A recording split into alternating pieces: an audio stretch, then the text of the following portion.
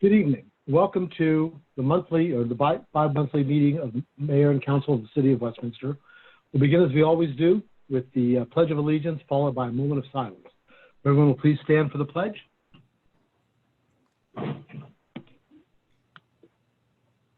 I pledge allegiance to the flag of the United States of America, and to the republic for which it stands, one nation, under God, indivisible, with liberty and justice for all.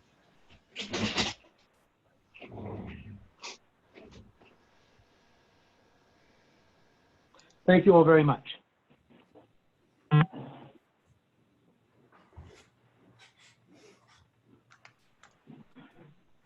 right, we'll start with the approval of the minutes of the Mayor and Common Council meeting of April 14th, 2020. You all received a copy of the minutes in your packet. And for anybody who is joining us by video, the complete council packet is available online at the city's website. Please feel free to take a look and download that and follow along with us with the agenda and all the information provided to the council. So may I have a motion to approve the minutes? I'll move to approve. Been a motion by Mr. Cavacci. Is there a second? Second. And a second by Mr. Dayhoff. All those in favor, please signify by saying aye. Aye. Those opposed say nay. The ayes seem to have it and the ayes have it, and the minutes are approved. We have a number of presentations to start off with, and then we'll have some presentations. So, Mr. Mayor, would you like to begin with the proclamations? Sure will. We have a few of these today, so bear with me. The first one is the mayoral proclamation for the National Preservation Month, May 2020. Whereas historic preservation is an effective tool for managing growth and sustainable development, revitalizing neighborhoods, fostering local pride, and maintaining community character while enhancing livability. And historic preservation is relevant for communities across the nation, both urban and rural, and for Americans of all ages, all walks of life, and all ethnic backgrounds. And everyone has places that are important to them, places they care about, places that matter. This Place Matters is a national campaign that encourages people to celebrate the places that are meaningful to them and to their communities. And it is important to celebrate the role of history in our lives and the contributions made by dedicated individuals in helping to preserve the tangible aspects of the heritage that has shaped us as a people. Now, therefore, I, Joe Dominic, Mayor of the City of Westminster, do proclaim May 2020 as National Preservation Month in the City of Westminster and call upon the people of Westminster to join their fellow citizens across the United States in recognizing and participating in this special observance, adopted this 27th day of April 2020. And next, we have a mayoral proclamation for Public Service Recognition Week. And there is not a time more fitting for this. Whereas Americans are served every single day by public employees at the federal, state, county, and municipal levels, and the actions of these public employees enhance the quality of life in jurisdictions across the nation. And the City of Westminster is served by many dedicated public employees providing a variety of services to the community. And the services performed by these employees include general administration, housing and code enforcement, human resources, information technology, public safety, public works, and recreation and parks. And the Mayor and Common Council wish to recognize the work performed by city employees and those public employees employed by other levels of government. Now, therefore, I, Joe Dominic, Mayor of the City of Westminster, on behalf of the Common Council, do hereby proclaim that May 3rd through 9th, 2020 is hereby declared as Public Service Recognition Week in the City of Westminster. And be it further proclaimed that all residents are encouraged to join the Mayor and Common Council in celebrating the accomplishments and contributions of government employees at all levels, adopted this 27th day, April 2020. So if any of you see any of the city or county or state employees out there, make sure that from a very comfortable distance, you say thank you and maybe wave. And the next one's a mayoral proclamation for the National Police Week and Peace Officers Memorial Day. Whereas there are more than 900,000 sworn law enforcement officers now serving in the United States, including the dedicated members of the Westminster Police Department. And whereas since the first recorded police death in 1791, over 20,000 law enforcement officers in the United States have made the ultimate sacrifice and been killed in the line of duty. And the names of these dedicated public servants are engraved in the walls of the National Law Enforcement Officers Memorial in Washington, D.C. And in 1962, President John F. Kennedy signed a proclamation which designated May 15th as Peace Officers Memorial Day, and the week in which that date falls as Police Week. And National Police Week, established by a joint resolution of Congress in 1962, pays special recognition to those law enforcement officers who have lost their lives in the line of duty for the safety and protection of others. And the members of the Westminster Police Department provide a vital public service working to ensure the safety and protection of community members, homes, businesses, and schools. And the Mayor and Common Council wish to publicly salute the service of the officers of the Westminster Police Department. Now, therefore, I, Joe Dominic, Mayor of the City of Westminster, in conjunction with the Common Council, do hereby proclaim May 10th to the 16th, 2020 as National Police Week, and May 15th, 2020 as Peace Officers Memorial Day in the City of Westminster. And be it further proclaimed that all residents are encouraged to join the Mayor and Common Council in commemorating this observance by thanking the members of the Westminster Police Department, past and present, for the dedicated service to the Westminster community and for their efforts in keeping our community safe, adopted this 27th day of April 2020. Thank you, Mr. President. That's it for our proclamations.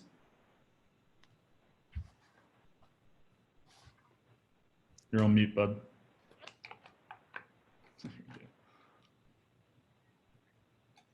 Thank you, Mr. Mayor. Now we'll move on to the first of our presentations.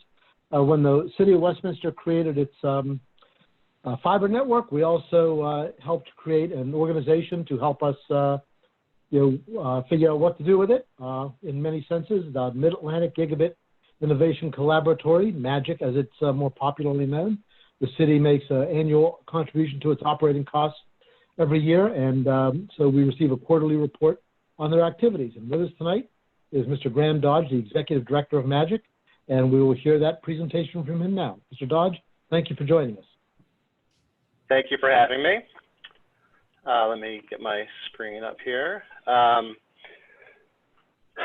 So yes, hi, I'm Graham Dodge. I'm the Executive Director of MAGIC, here to present our third quarter progress report for January to March fiscal year 2020.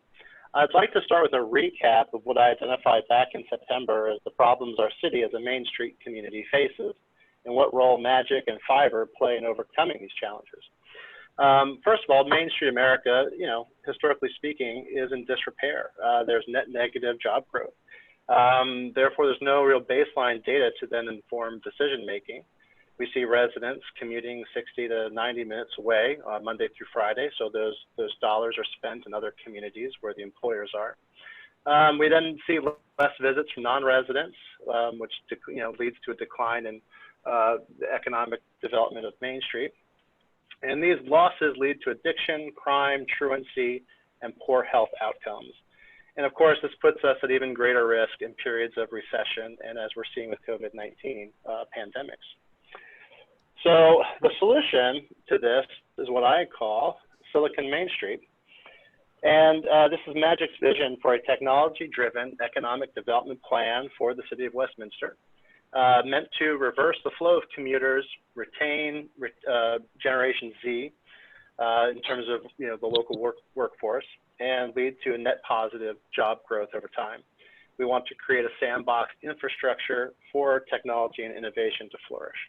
This, I believe, will make us more resilient to recessions and future pandemics and give us state-level recognition and beyond as we become noted as a community that's growing despite elements of adversity.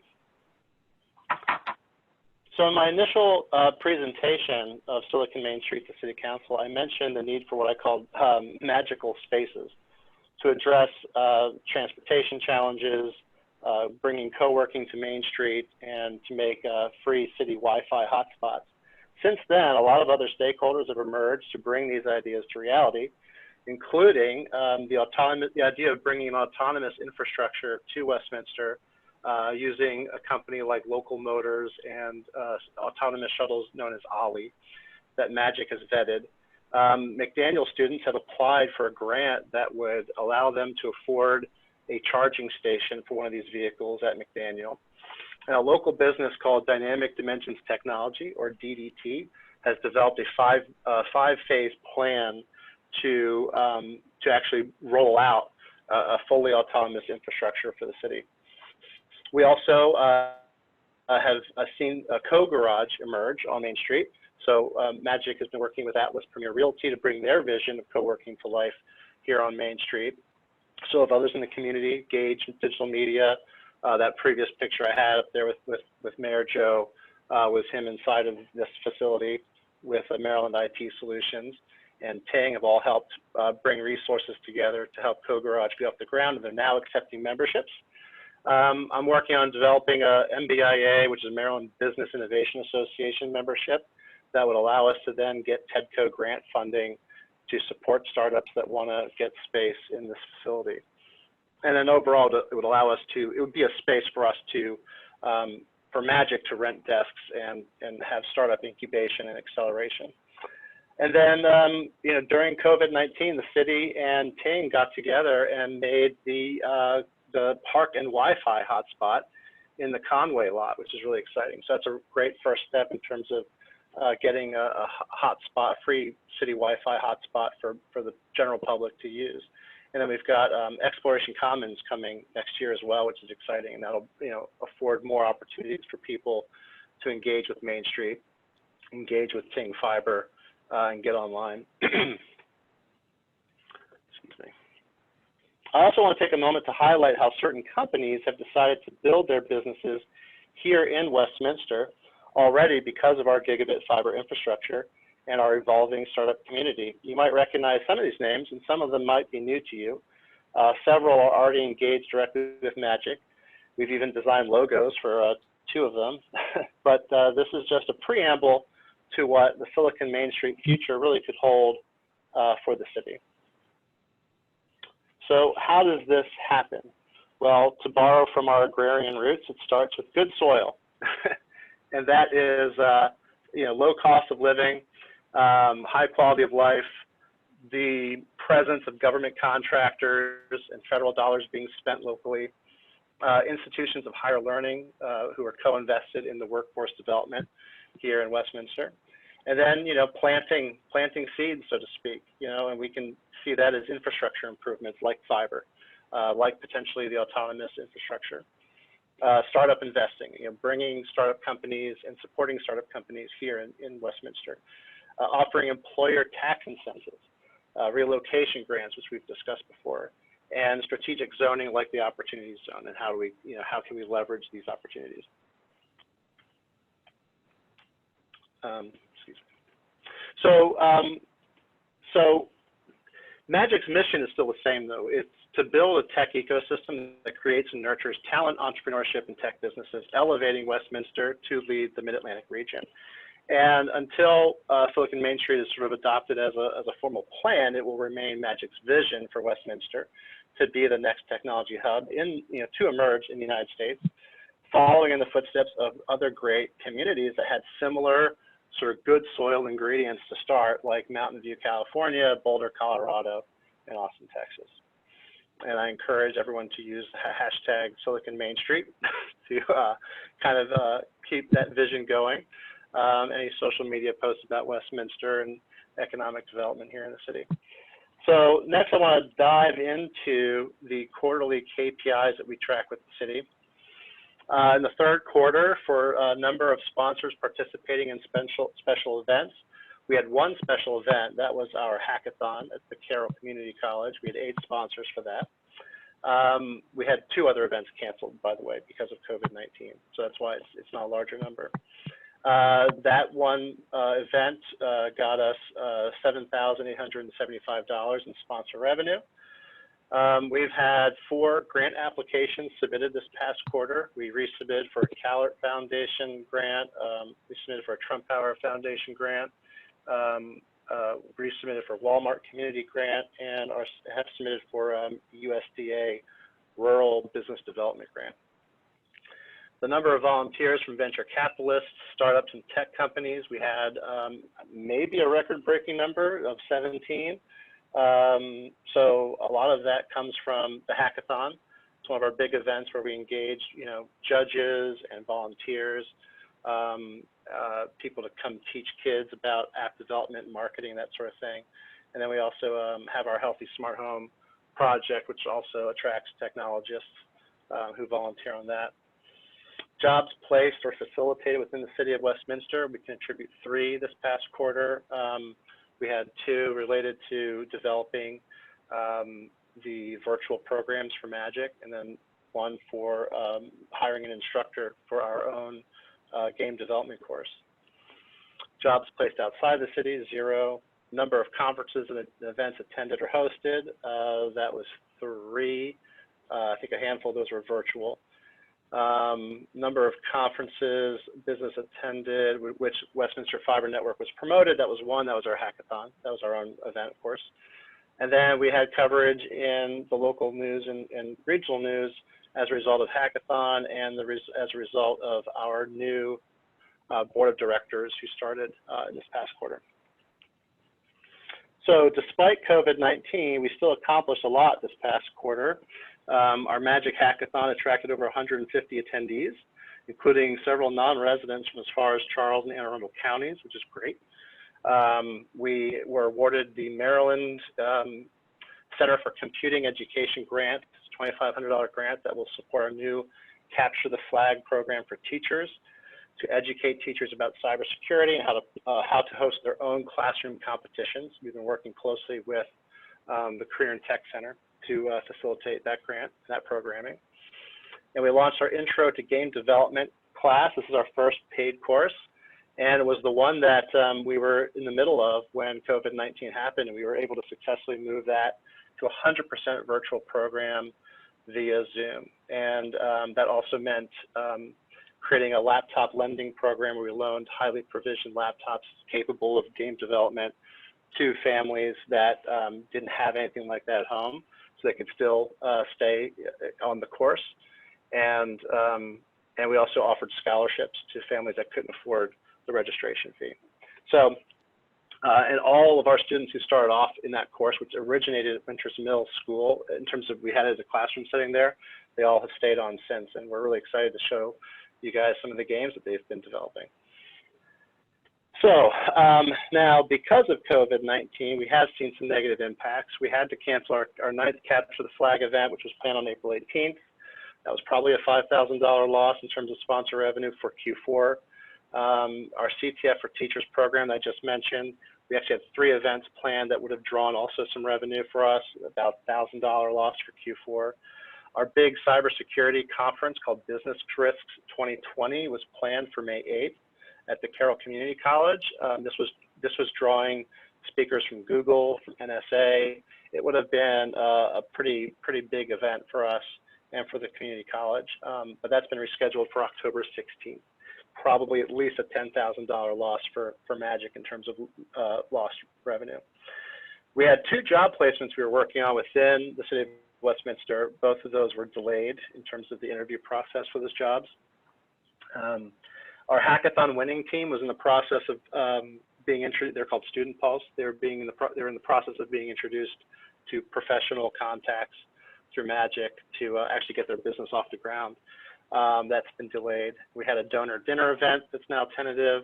And then our next big event called Good Game, or ggfest.org, Healthy Gaming Festival, which was planned at McDaniel, their new student center, in September. That's now tentative, of course, because there's so much hinging on what happens not only with us and COVID-19, but also with McDaniel. So what's ahead for next quarter? Well, we are going to be launching more virtual programs. So, you know, we're not sort of stuck with just doing things in person, as evidenced by our Intro to Game Development course being successfully launched virtually. We want to launch a new accelerator program, a virtual accelerator program, as a 45-day sort of incubation acceleration program for startups. We are working on circling angel investors now to build an angel syndicate to invest in those companies. We are going to launch our first virtual CTF, which is actually going to happen on May 16th. Registration opens on May 11th for that. That should be a lot of fun for our cyber club and other kids who've engaged with our CTF program before. We want to expand our paid course offerings as well, offering courses in app development, JavaScript, that sort of thing. And then we'll be getting grant notifications whether or not we have been awarded any additional funding for those grants that I mentioned before. So as always, I'd like to end on my what I call my bag of tricks as the executive magician here. You know, what do I need or what do I have in my bag to help me do my job effectively? And what would be nice to have, especially. Some things I still would love to be able to say that we have here in Westminster would be these remote working tax credits. I actually have an article that's going to be coming out in the Carroll County Times sort of detailing what this is about and what other cities are doing in this regard. Same with relocation grants. I'd like to see more cross promotion with the city, you know, maybe a link on the city website, you know, cross promotion of our events together. We are doing that with the county in terms of being able to post news to the county website, for example. Love to work with the city to develop, you know, baseline data analysis. You know, what do we need to be looking at to sort of measure our success moving forward. We are still working on gathering funding for startups. We're still working on bringing Kauffman Foundation programs here to the city. We have our $1 million perks program where we can offer free hosting to startup companies that engage with us. We have our tech jobs board. Of course, we have these great opportunity zones, facade grants. There's lots of opportunities for businesses who want to move to Westminster and open their business here. And then, of course, as I mentioned, we have some great cross promotion with the county. That concludes my presentation. I'm happy to answer any questions. Mr. President. Thank you, Mr. Dodge. We appreciate your report, and I'll be glad to see if anybody has any questions. I think Mr. Yingling was jumping in, so please go ahead, Mr. Yingling. Graham, thanks for the information. That's fantastic. I understand things have probably been really rough, you know, for the organization, you know, going remote like that. Obviously, you can see that based on your events that had to be postponed and the revenue. And also, it's good to hear that you're applying for the grants. What is the dollar amount in that grant pipeline? I'm just curious. Well, we're looking at, I guess, for the next year, it would be a total amount of about 90,000, 90 some odd and change for the next year. Okay, thanks. All right. Mr. President. Thank you. Yes, please go ahead. Mr. President, Graham, I wanted to ask you one or two quick questions. You mentioned in your presentation that you guys are maintaining what was the term you're using that you'd like to see us adopt? I don't have the presentation in front of me, but there was a term that you were using, gig Main Street, or The Silicon Main Street. what was it? The Silicon Main Street. Silicon Main Street. That's it. Thank you. So what are you looking for something from us related to that? Yeah, sort of. I'd like to be able to take it from just a vision that, you know, really we have within Magic to actually make an executable economic development plan with, you know, metrics and goals that we're tracking over time. And I see it as really encompassing the efforts of fiber and what the Opportunity Zone has in store for companies here, and that's not really being promoted. I don't know if there is somebody at the city that promotes the Opportunity Zone, for example. And then, you know, how can we leverage the Westminster Town Center Corporation? You know, Baltimore has the Baltimore Development Corporation, and that's very active in investing in startups and creating programming for startups. How can Magic in the city leverage that entity as well to ultimately provide an ROI back to the city, actually? So, yes, that's what I would hope to accomplish, is to get something that says that, yes, you know, the Silicon Main Street, or whatever it ends up being called, is an economic development plan that the city and Magic and our stakeholders are executing on. So I know we have an individual, I believe it's Sandy Anderson, who goes around and has a relationship with businesses. I know I get, as a business owner in town, I get communications occasionally related to various things that are put out from her. I guess it falls under our our zoning department, sort of. Ms. Matthews, is Sandy under the planning and zoning? Main Street. Yes, that's correct. She worked for Mr. Depot. So, I mean, I know she communicates out to the business owners within the community. I don't know if you have any relationship with her at all or ever talked or met with her, but I would certainly think that that's something at least in the right direction of maybe what you're talking about. You know, I think it's a neat idea. I don't know much about it, but it sounds cool. And I like some of the things you're talking about in terms of what you want to do. The other thing, too, that I wanted to touch on is there were a couple of things that you had on that one chart that shows that you haven't gotten to where you want to get to yet. One of them, of course, was cross promotion with the city. I'm disappointed that we're not doing it and the county is. I hope we can do better there. I'm not sure I have the answer of how we do that because I don't really have much to do with our web presence or any of that, but I certainly would think that getting a link on our site, on our website, or having some some type of connection there doesn't seem like it would probably be that challenging. But then again, it's easy for me to say that because I don't really know what it requires to do that or what it takes. But I guess I'm speaking to Ms. Matthews and maybe whoever else is involved in that. It'd be great if we could make that happen. I'm not sure what my colleagues feel about that, but again, if the county, if you got a little green dot next to the county and a red dot next to the city, and we're the ones who helped you get created and funding you, I would think we'd want to do what we can to help promote some of the things that you're doing. So I guess that's my comments, Mr. President. Mr. President. All right. Thank you, Mr. Cavacci. Mr. Mayor. All right, so a few things. One, I'll kind of pick up where Councilman Cavacci left off, maybe answer you some questions there. I've been, and I'll talk about this a little bit in my mayor comments, but we are currently working on a website redesign, and among other priorities in how we're interfacing with the public, one of the things that we're going to focus on the homepage above the fold, for those of you who know what that means, we're going to be promoting fiber more, because fiber is not really being promoted on the website.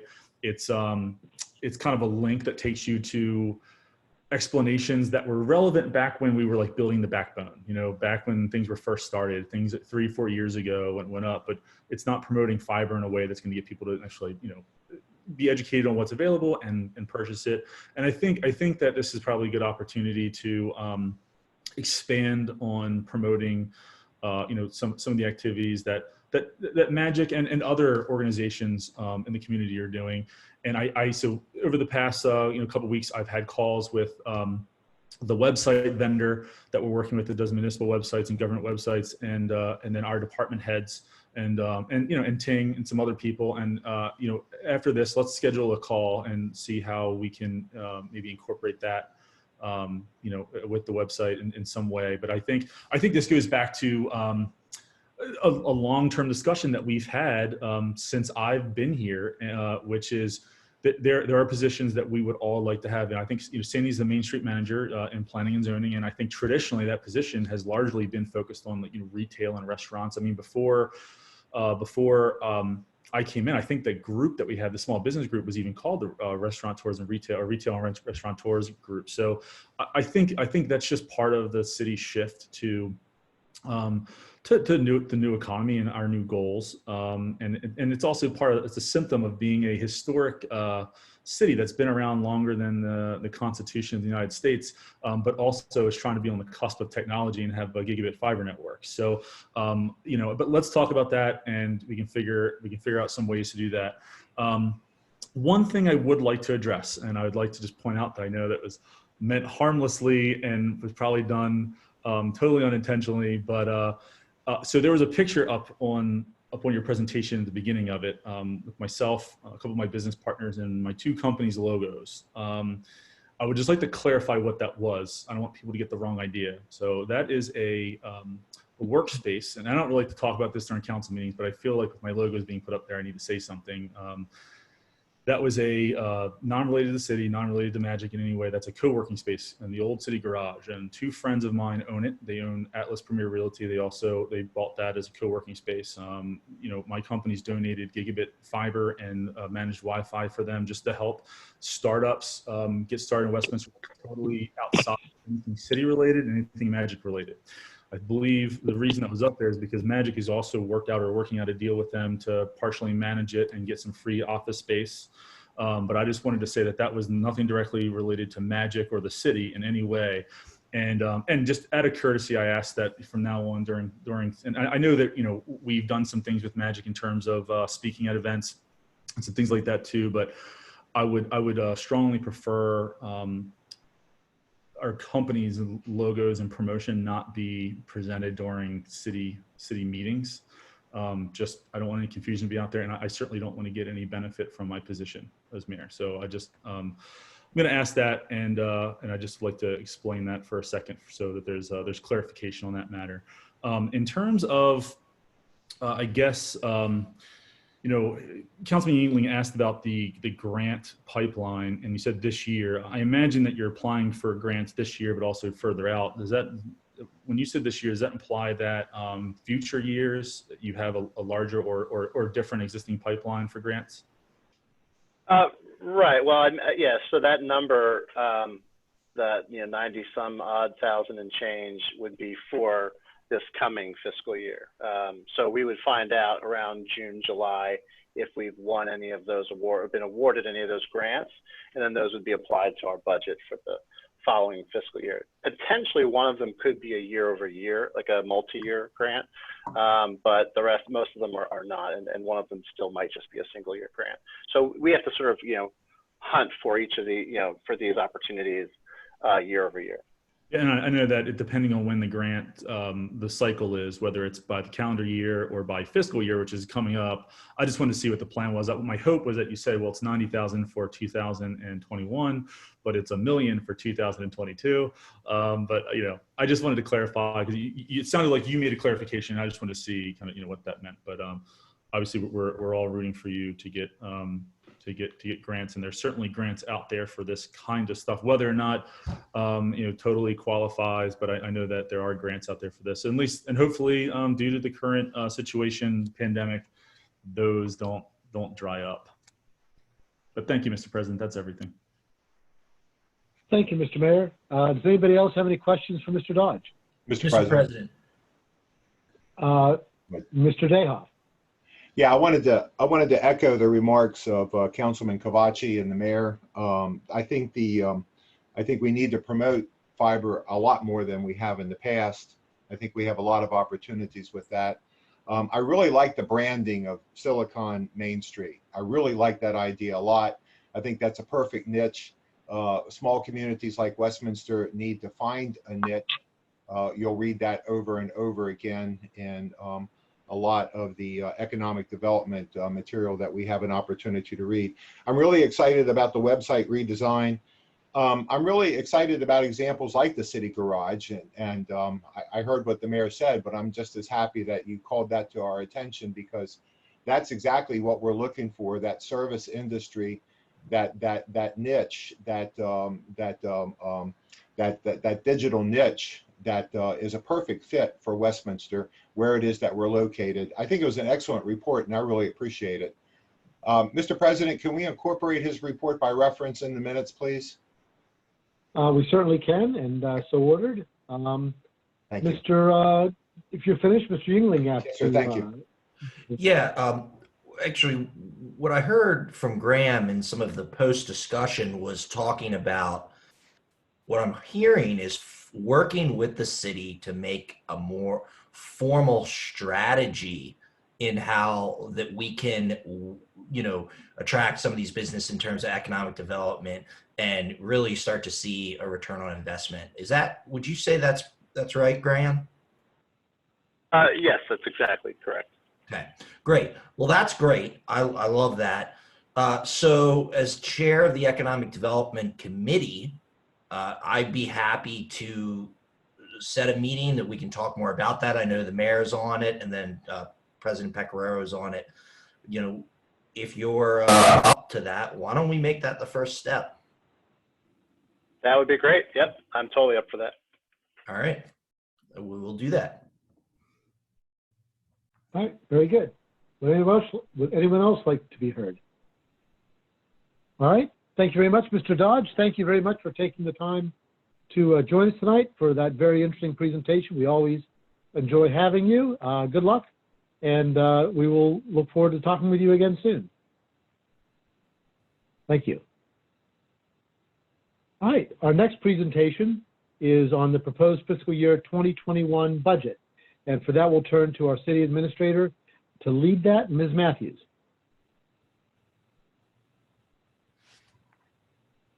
Thank you. Just give me a minute to please bring up the screen.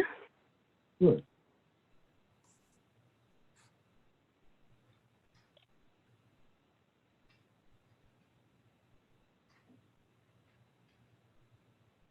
Is that up and running?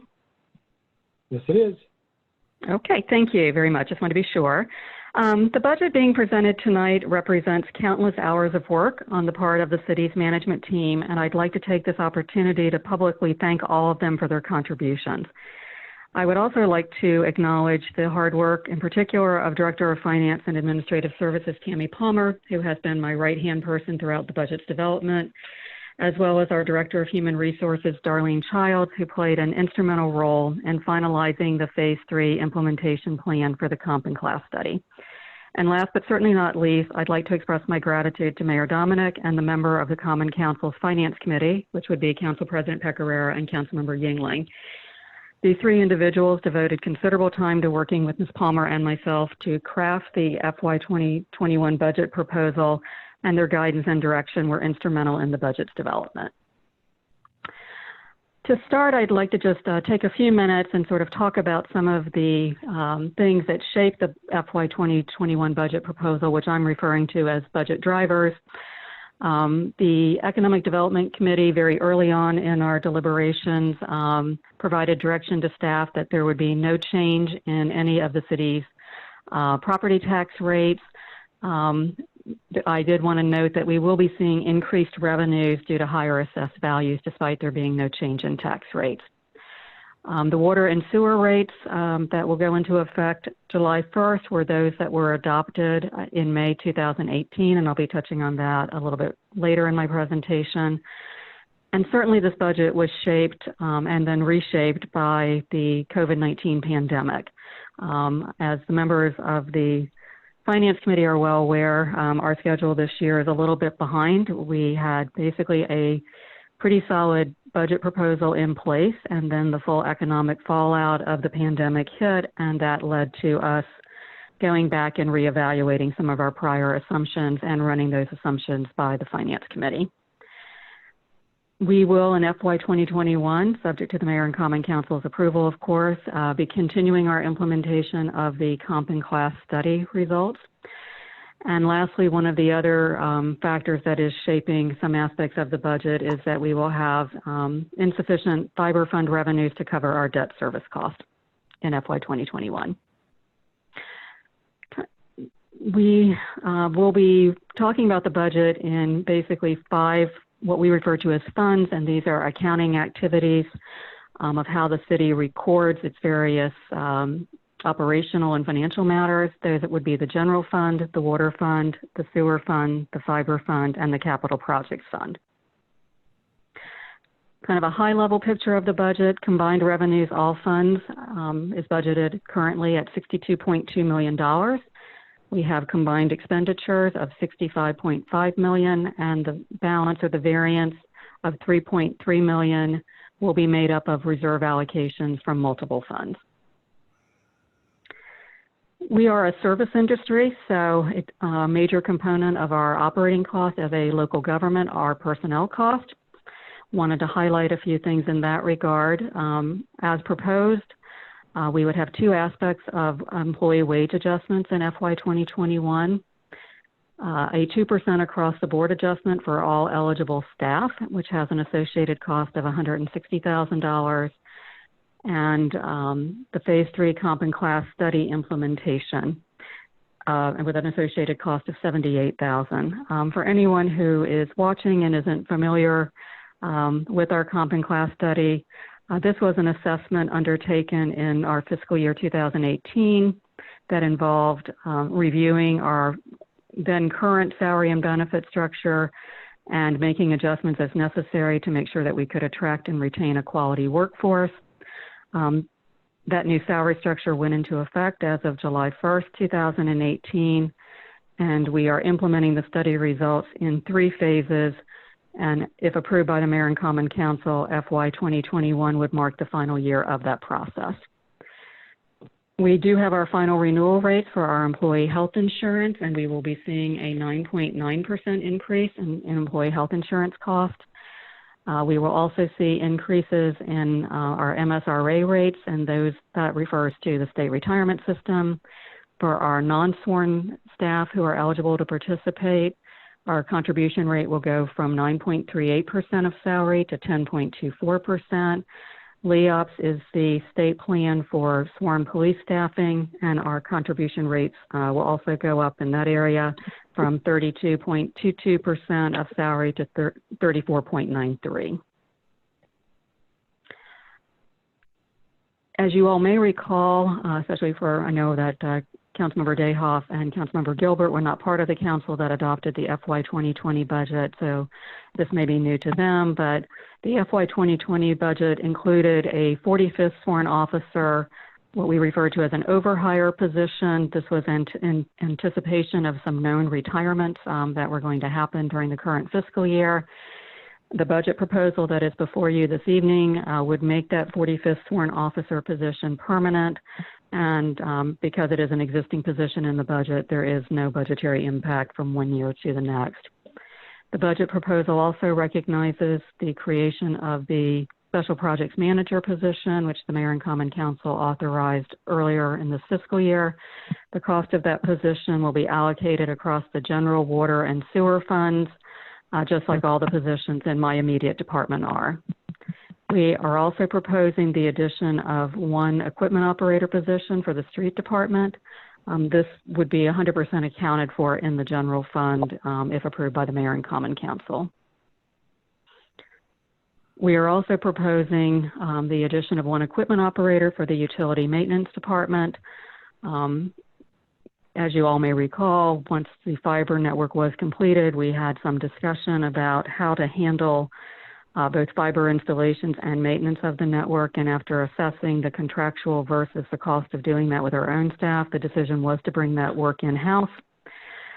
We started rather slowly, I would note, against Mr. Glass's initial recommendation, and decided to sort of see how things ramped up. So we initially added 2 employees in utility maintenance associated with the fiber network, and that has simply proved insufficient.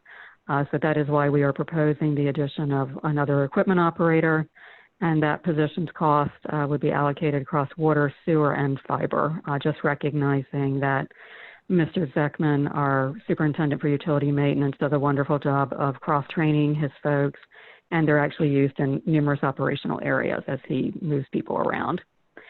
And lastly, we are proposing the addition of a mechanic, which would be 100% accounted for in the water fund. Moving on and just providing sort of a brief overview of our general fund. For anyone who is watching who isn't familiar with the term general fund, this accounts for the day-to-day operational activities of the city, including such activities as planning, police protection, snow removal, and general administration. Approximately 26% of the city's proposed spending in FY 2021 is accounted for in the general fund. Majority of the funding, or close to the majority for the funding for the general fund, does come from real property tax revenue, representing about 49% of fund revenues. Other revenue sources in the general fund include personal property and utility taxes, income tax receipts, a payment we received from Carroll County for services they would otherwise provide if the city didn't exist. That's referred to as the county-town agreement. And then there are charges for service, such as participating in some of our recreation programs. As I mentioned in my opening comments of this presentation, This budget process has been particularly challenging, trying to assess how long the shutdown due to COVID-19 will continue, what the economic fallout of that is going to be. I think some of that we've already seen, but I think the bigger question is how long does it take to recover from that economic fallout? I think this is a struggle that everyone at all levels of government is currently trying to assess at this point in time. Ms. Palmer and I basically went back and looked at some of the revenue sources that in particular we believe may be impacted both in the short term and perhaps in the longer term due to the COVID-19 pandemic, and made the decision to scale back our initial budget projections in certain revenue sources. They include a decline of approximately 20% in income tax receipts based on the current level of unemployment throughout the state of Maryland and across the country. Other revenue categories expected to decline are business personal property taxes, amusement and admission taxes, and traders license fees. Another fairly significant reduction from one fiscal year to another that we've made is a reduction in our investment income. Anyone who tracks what is going on with the rate cuts by the Fed knows that currently you can barely invest your money for anything. It's a great time to get a mortgage, but it's a lousy time to be a government trying to invest your money. So we have scaled back our initial projections in investment income. Once again, a major driver of our personnel cost in the general fund are personnel related, representing 48% of fund expenditures. For the most part, I would characterize the FY 2021 budget as being a fairly status quo budget, continuing the current level of services that the city provides to the community. A couple items that I did want to call out for the Mayor and Common Council are in the Community Planning and Development Department operating budget. One of our strategic planning goals has been to make certain revisions to our zoning code. As you all are aware, we went through a transition in the director of that department during this fiscal year. We just put that project behind, so we do have funding currently budgeted in FY 2020, but that project could not come to fruition. Under Mr. Depot's leadership, we do expect to proceed with that project in FY 2021. We also have included funding in Mr. Depot's budget for the city's contract with Partners for Economic Solutions. They are the consulting firm that we hired to assist us with the Stocksdale property redevelopment. We also have continued funding to two outside agencies. The city has provided funding to these two entities for many, many years. One would be the Westminster Volunteer Fire Department, which is, we have budgeted a grant to the fire department in the amount of $250,000, and then we provide a small nominal grant to the Westminster Municipal Band in the amount of $5,000. One of the topics that we discussed during the last year's budget process, and that the group is scheduled to discuss again during this budget process, is the operating deficit for the Westminster Family Center. The chart that is up on your screen shows the operating deficit over the past 6 years, if I'm doing my math correctly. One thing of note for the current year, fiscal year 2020, this data was as of April 1st. As the Mayor and Common Council are aware, we have closed our Family Fitness Center gym, just like other gyms have been ordered to close across the state. We actually closed ours a few days earlier at Mayor Dominic's urging for public health reasons. At this juncture in time, we are not collecting membership fees since no one can access services. We are still carrying the expense of the staff, and Ms. Mullendorf, who is the assistant director who is on this call, has found creative ways to try to leverage the talents of those staff members assigned to the Family Center during the pandemic. The projected operating deficit for the Family Fitness Center in FY 2021 is about $209,000. At this time, the capital improvement program includes $90,000 in capital projects associated specifically with the fitness center. They would be the replacement of certain cardio equipment at a cost of $15,000, and the renovation of a shower room at a cost of $75,000. One item of note is that the majority of the members at the fitness center are in fact non-city residents. I would note before moving on from this slide that in consultation with the Finance Committee, the Mayor and Common Council are scheduled to discuss this issue in more detail at your budget work session scheduled for May 4th. Moving on to the Water Fund. The Water Fund is one of the city's 3 enterprise funds.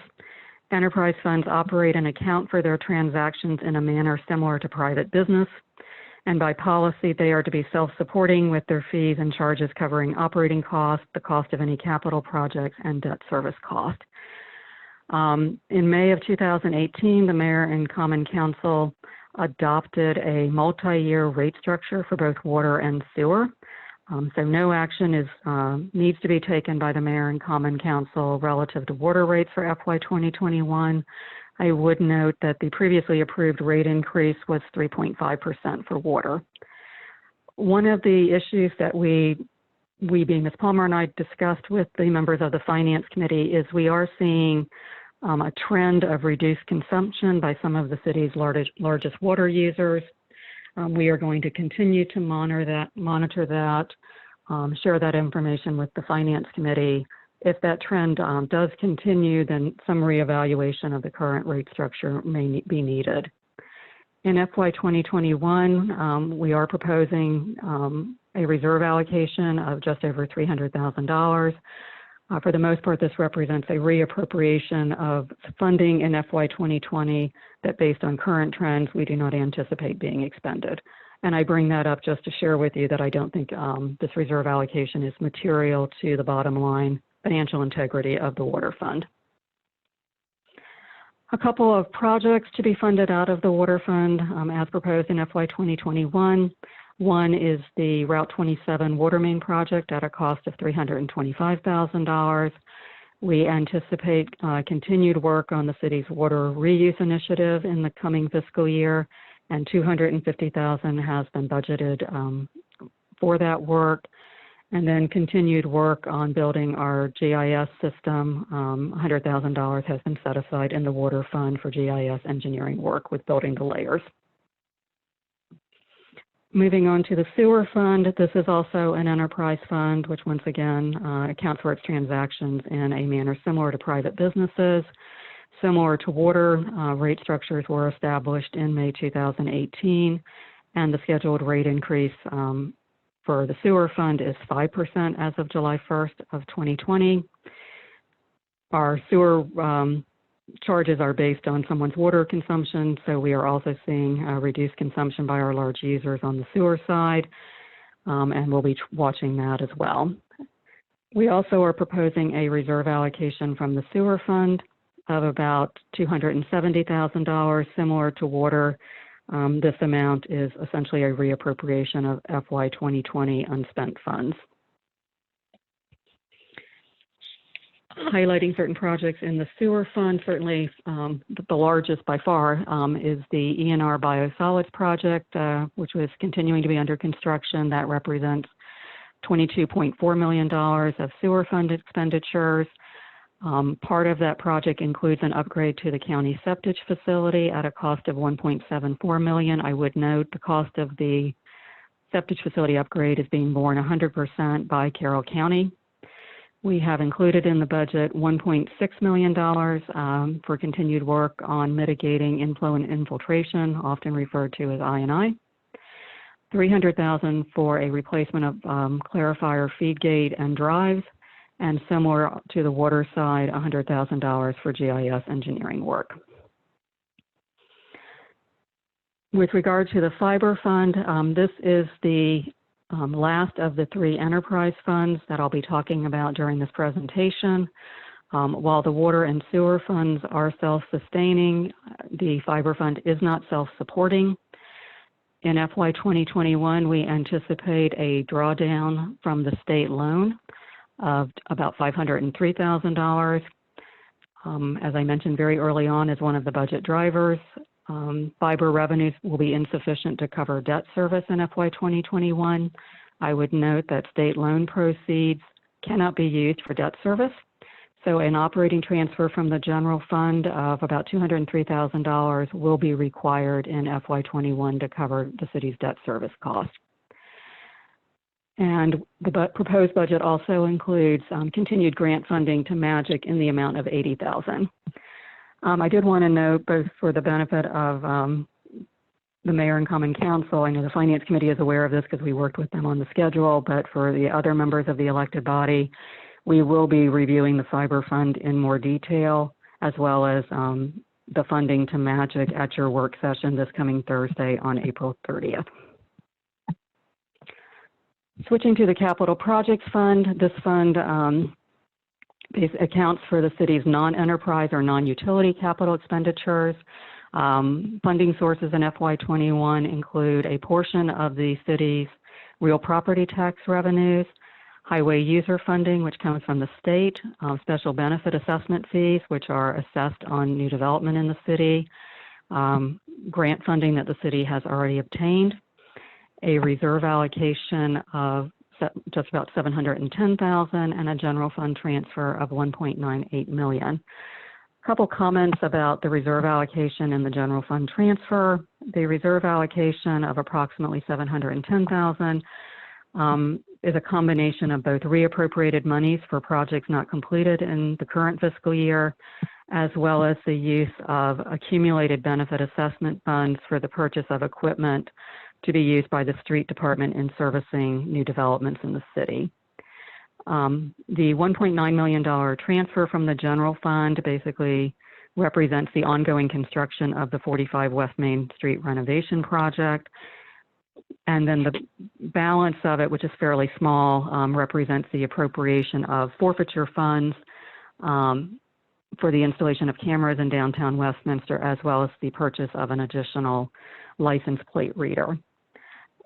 One thing I wanted to call to the Mayor and Common Council's attention is we do have included in the capital improvement program anticipated improvements to our pool. The proposed budget assumes that any work related to any pool improvements will be bond financed. The extent of any improvements to the Westminster Municipal Pool, as well as the funding mechanism to pay for any debt service associated with bonding, will be the topic of your upcoming budget work session on May 4th. Just to highlight a few projects, as I wrap up this presentation, as I've noted, we have included in the capital improvement program some anticipated improvements to our pool. We have funding for continued construction of the 45 West Main Street renovation project, which is anticipated to be completed during fiscal year 2021. We have funding for road paving, routine replacement of vehicles and equipment, as well as debt service. Here's the budget calendar for anyone watching in the community and who would like the opportunity to educate themselves on the city's budget, as well as potentially offer comments on the proposed budget. We will be holding a special mayor and common council meeting at 7:00 p.m. this coming Thursday, April 30th. In conjunction with that budget work session, we will be holding the first of 2 public hearings. We will be holding another special mayor and common council meeting on May 4th, which is a Monday at 5:30 p.m. And I do want to call out that time since it's a little different than our normal meeting time. In conjunction with the Mayor and Common Council's budget work session, we will be holding the, as currently stands, the final public hearing on the proposed budget for FY 2021. And then subject to Mayor and Common Council's direction, of course, we are scheduled to adopt the budget ordinance on May 11th at your regular meeting, which begins at 7:00 p.m. So I thank the Mayor and Common Council for their time. That concludes my presentation. All right, thank you, Ms. Matthews. You've heard the presentation. As Ms. Matthews noted, we will be having 2 work sessions on the budget, and there'll be lots of opportunities at that time to go into detail on some of these issues, as well as discussing some of the major issues that will have highlighted for those 2 work sessions. Is there anything that anybody wishes to ask right now that you don't want to save for one of those 2 meetings? We've got lots on the agenda, so we can move on if nobody has anything else. All right, hearing nothing, Ms. Matthews, thank you very much for that presentation. And we will go into greater detail at the 2 budget workshops, which again will be streamed live, and we will look forward to comments from the public as well. At this time, it's time for a public hearing on the city's constant yield tax rate. Public hearings in the city of Westminster are presided over by the mayor, so I will turn the virtual gavel over to the mayor to lead the public hearing. Mr. Mayor. Thank you, Mr. President. I think that maybe we need to have gavel sent to our homes for this, but for today, I'll just use my knuckles on the table. But I will begin the public hearing here for the constant yield rate or yield tax rate. Ms. Palmer. Thank you, Mr. Mayor. As most of you know, annually we have a public hearing for the constant yield tax. This is where the Maryland Department of Assessments and Taxation determines what the tax rate should be if you wanted to raise the same amount of revenue as you did in the previous year.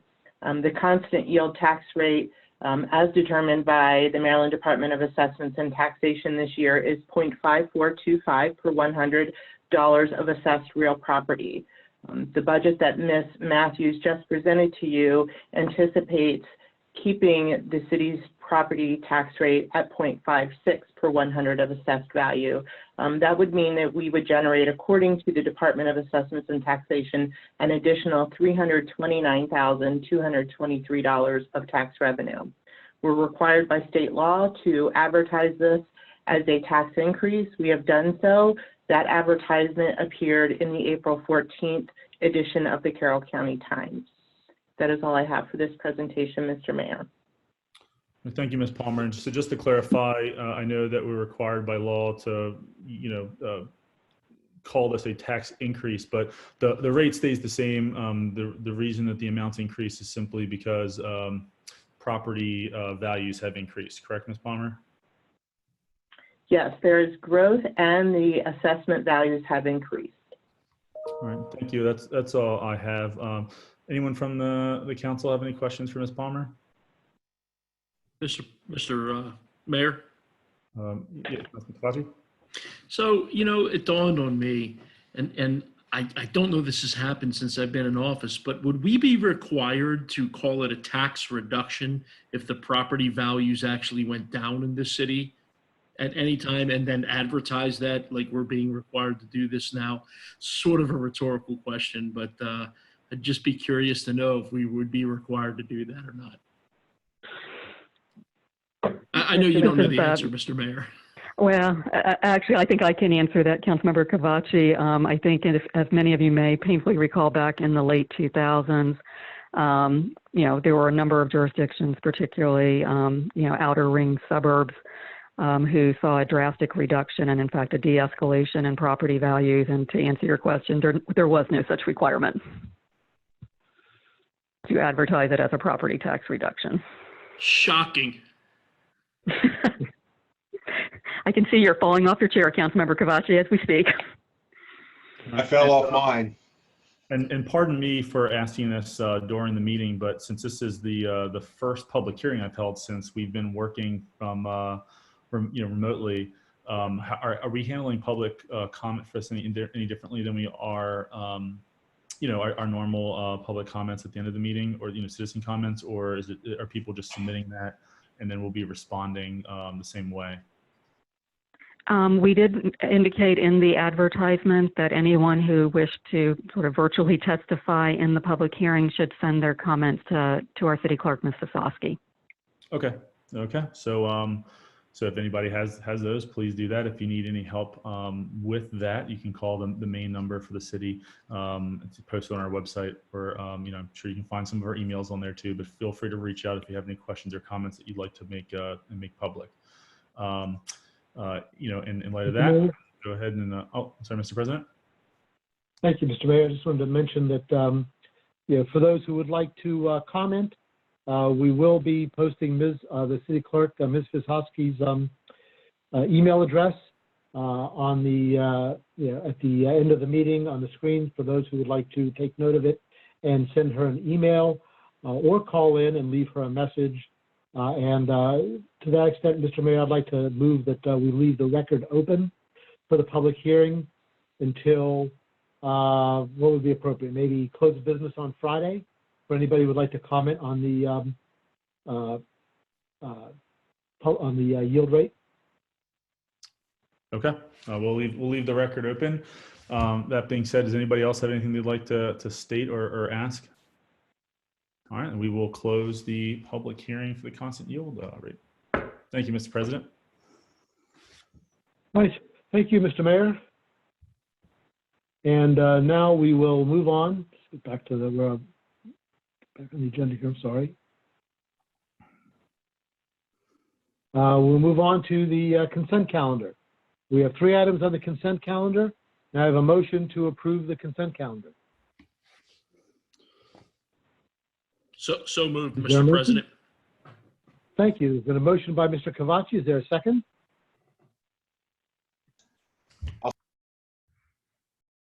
Is that a second, Mr. Dayhoff? Yeah. Thank you. There's been a motion by Mr. Cavacci and a second by Mr. Dayhoff to approve the consent calendar. All those in favor signify by saying aye. Aye. Those opposed say nay. The ayes seem to have it, and the ayes have it, and the consent calendar is approved. Now it's time for the report from the mayor. Mr. Mayor. Hey, Mr. President. I know we have a long meeting, so I'll try to keep it quick. I did already mention first that we were continuing to work on the website and city communications, and I think it's an important project. And people might hear me say that we're just working on the website, and they might not think much of it, but these days our website and social media is the #1 way that people communicate with us. A lot more people interact with us there than they do during these meetings, even now that we're streaming live. So I think it's really important that we have a good message, a solid message on our website. And if we're trying to be a tech forward city, we need to have a website that represents us as such. So I did want people to know just a little bit more about the priorities that the things that we're prioritizing on the website redesign. I certainly welcome feedback from the 5 of you and certainly staff, but the things that we're going to be prioritizing on the site that haven't necessarily been prioritized is, first of all, user experience and the user flow. The things that we found is that about 90% of web traffic in terms of activity on the site, page views, is our Rec and Parks department. People come to the website for a lot of reasons, but when they're there and they stay there, they're looking for information on our activities, our strolls, our festivals. They're looking for information on summer camps, the pool. There's some traffic there for the fitness center. So there are a lot of programs that department that's running, and it's very forward facing, it's very public facing, and a lot of time spent there. So one of the big changes we're going to have is what's called a subheader for Parks and Rec. It's almost going to be like their own website within our website, and that way once you click on Parks and Rec, it's a lot easier to navigate. We want this to be easy information for people to find. The other things we're going to prioritize is the promotion of fiber. Our site's never really done that. We're going to do that. And then, ease of use. If you want to pay a water bill, or if you want to find out if the trash pickup has changed due to a holiday, it's not easy to find, because if you end up on our contractor site, their schedule is different than the City of Westminster schedule. So there's always some confusion there. We're going to get rid of that confusion and make those things easy. We want people to get to whatever information they need in 2 clicks if possible. So it's going to be a nice new, beautiful looking website, and it's going to serve the public a lot better. Next, some of the time that we've been spending since the last meeting, we have had meetings, and we had a public works meeting, and I won't talk about this too much because this is on the next piece of the agenda about the bulk trash and yard waste pickup. And I think we'll be discussing some possible changes there. And I think we're all kind of coming together on that. We have 2 goals, and I think everyone shares in those goals. Number 1 is the safety of our residents and our staff, and number 2 is serving our residents and we were just trying to figure out a way to be able to do both. And I think we made some headway there so that we can get back to something that's a little more normal, closer to it without causing any adverse effects. But things will be changing over time, as we know. As we learn more about what's going on, we'll make further adjustments in either direction. The other thing I wanted to talk about, and this is something I've been working with our city administrator, Barb Matthews, last couple weeks, and I've talked to a couple of you about it. I haven't really had a chance. We kind of just figured things out today. So I've reached out to a couple of you, not all of you, and I'll do so over the next couple of days to talk about details. Is the what we're going to do about hazard pay. So we have city staff that some are working completely remotely. Obviously, we wanted to mitigate spread here, during the pandemic, and we have some that are that schedules have changed. There's some that have some administrative leave built in there, and then there are some that are just doing their job as they always have under higher risk. So we're finalizing, or at least my proposed plan, and then all of you can decide whether or not we're going to move forward with it. But my proposed plan, it's going to be a tiered plan, a bonus structure, and I won't go into too much detail until we've had some time to discuss it. But my goal is to propose that plan within the next couple of days with solid numbers and information, and then obviously I want feedback from everybody, and then we can decide what we're going to do moving forward. But I get the feeling, without it being confirmed from each of you, that we all want to make sure that this is fair and people are taken care of, and that when there is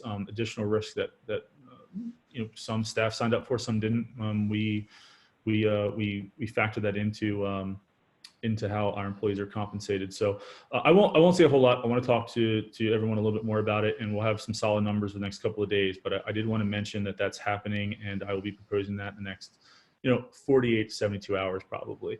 And I do find that my report from the mayor tends to almost solely be about COVID-19 or COVID-19 related things. So I think that's a good transition into the next part of our meeting, the COVID-19 pandemic update. So thank you, Mr. President. That's all I have. All right.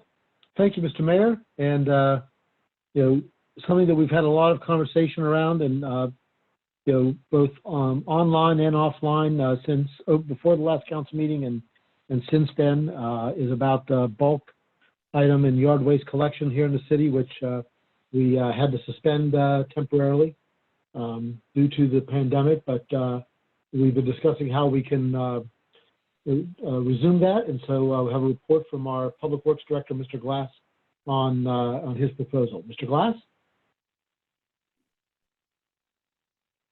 I think you're still muted, Mr. Glass.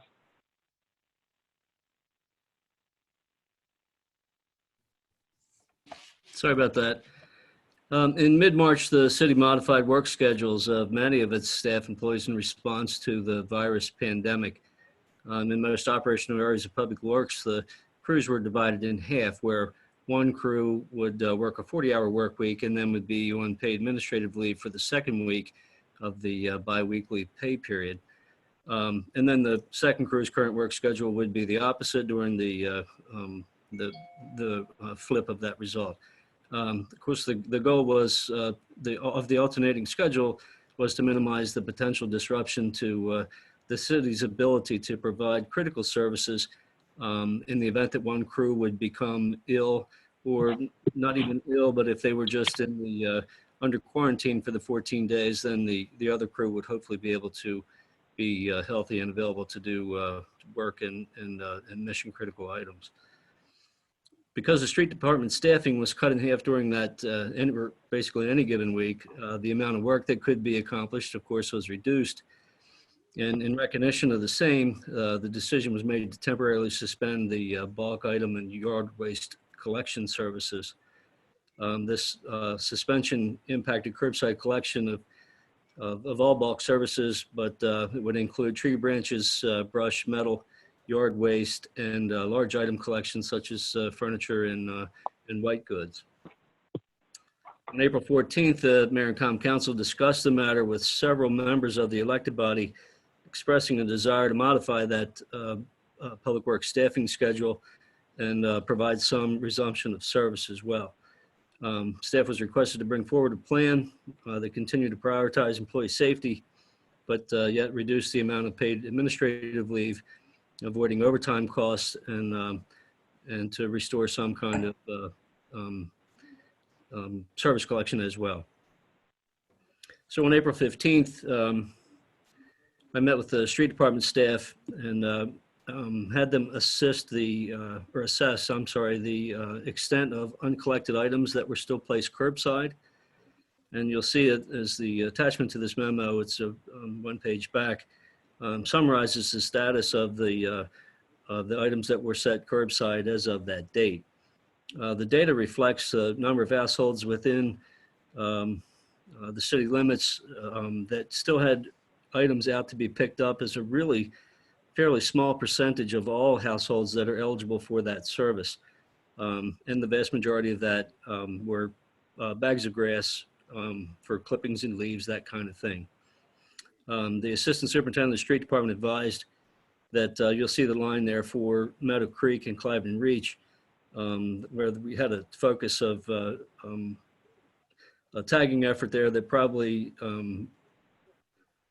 extended further into that area than any other part of the city. But you can certainly see that the tags that provided that information about this suspended service seemed to really make a difference in the amount of material that they had out on the curbside as well.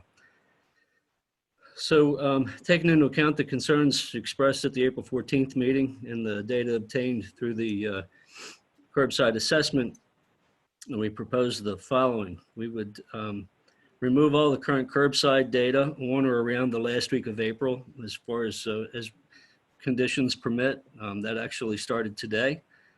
We'll have a monthly collection of yard waste, which is grass clippings and tree limbs, simply because that's seems to be this time of the year, that's going to be one of the biggest perpetrators.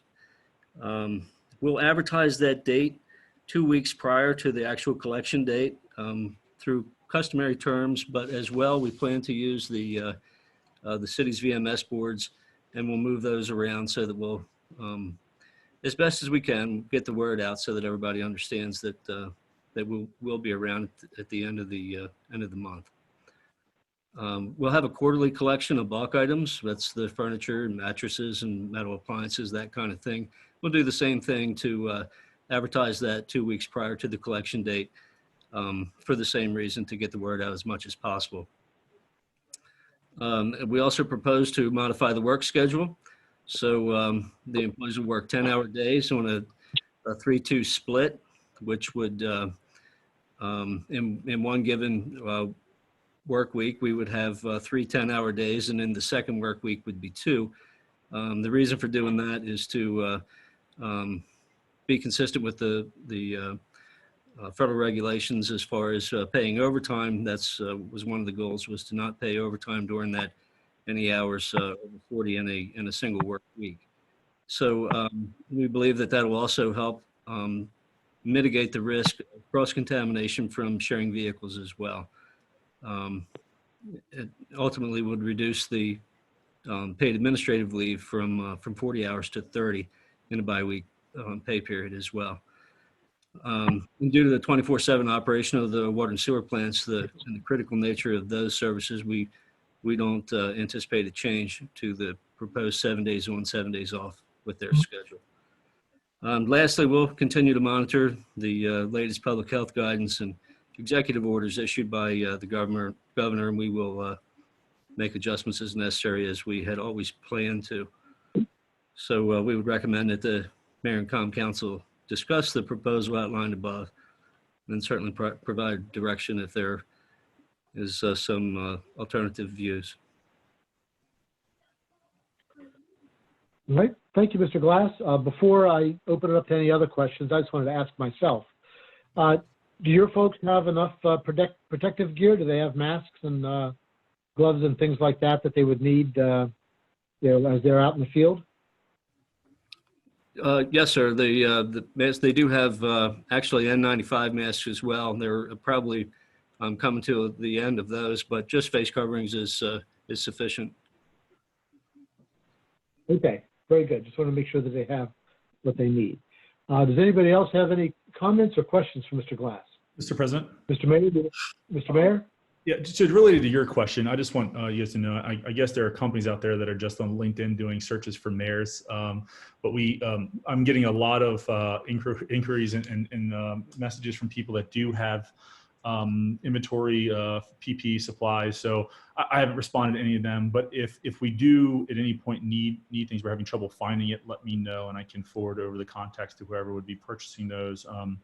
Because there are clearly companies out there that have at least some of the stuff that we would need. So if anybody, any of the directors or anyone needs anything like that, please reach out. I have a growing list of very eager vendors that like to sell PPE to municipalities. Thank you, Mr. President. Thank you, Mr. Mayor. Would anyone else like to be heard? Mr. President. Mr. Dayhoff. Yeah, I want to thank everybody for working hard to bring this together. I know there's been a good bit of discussion about this.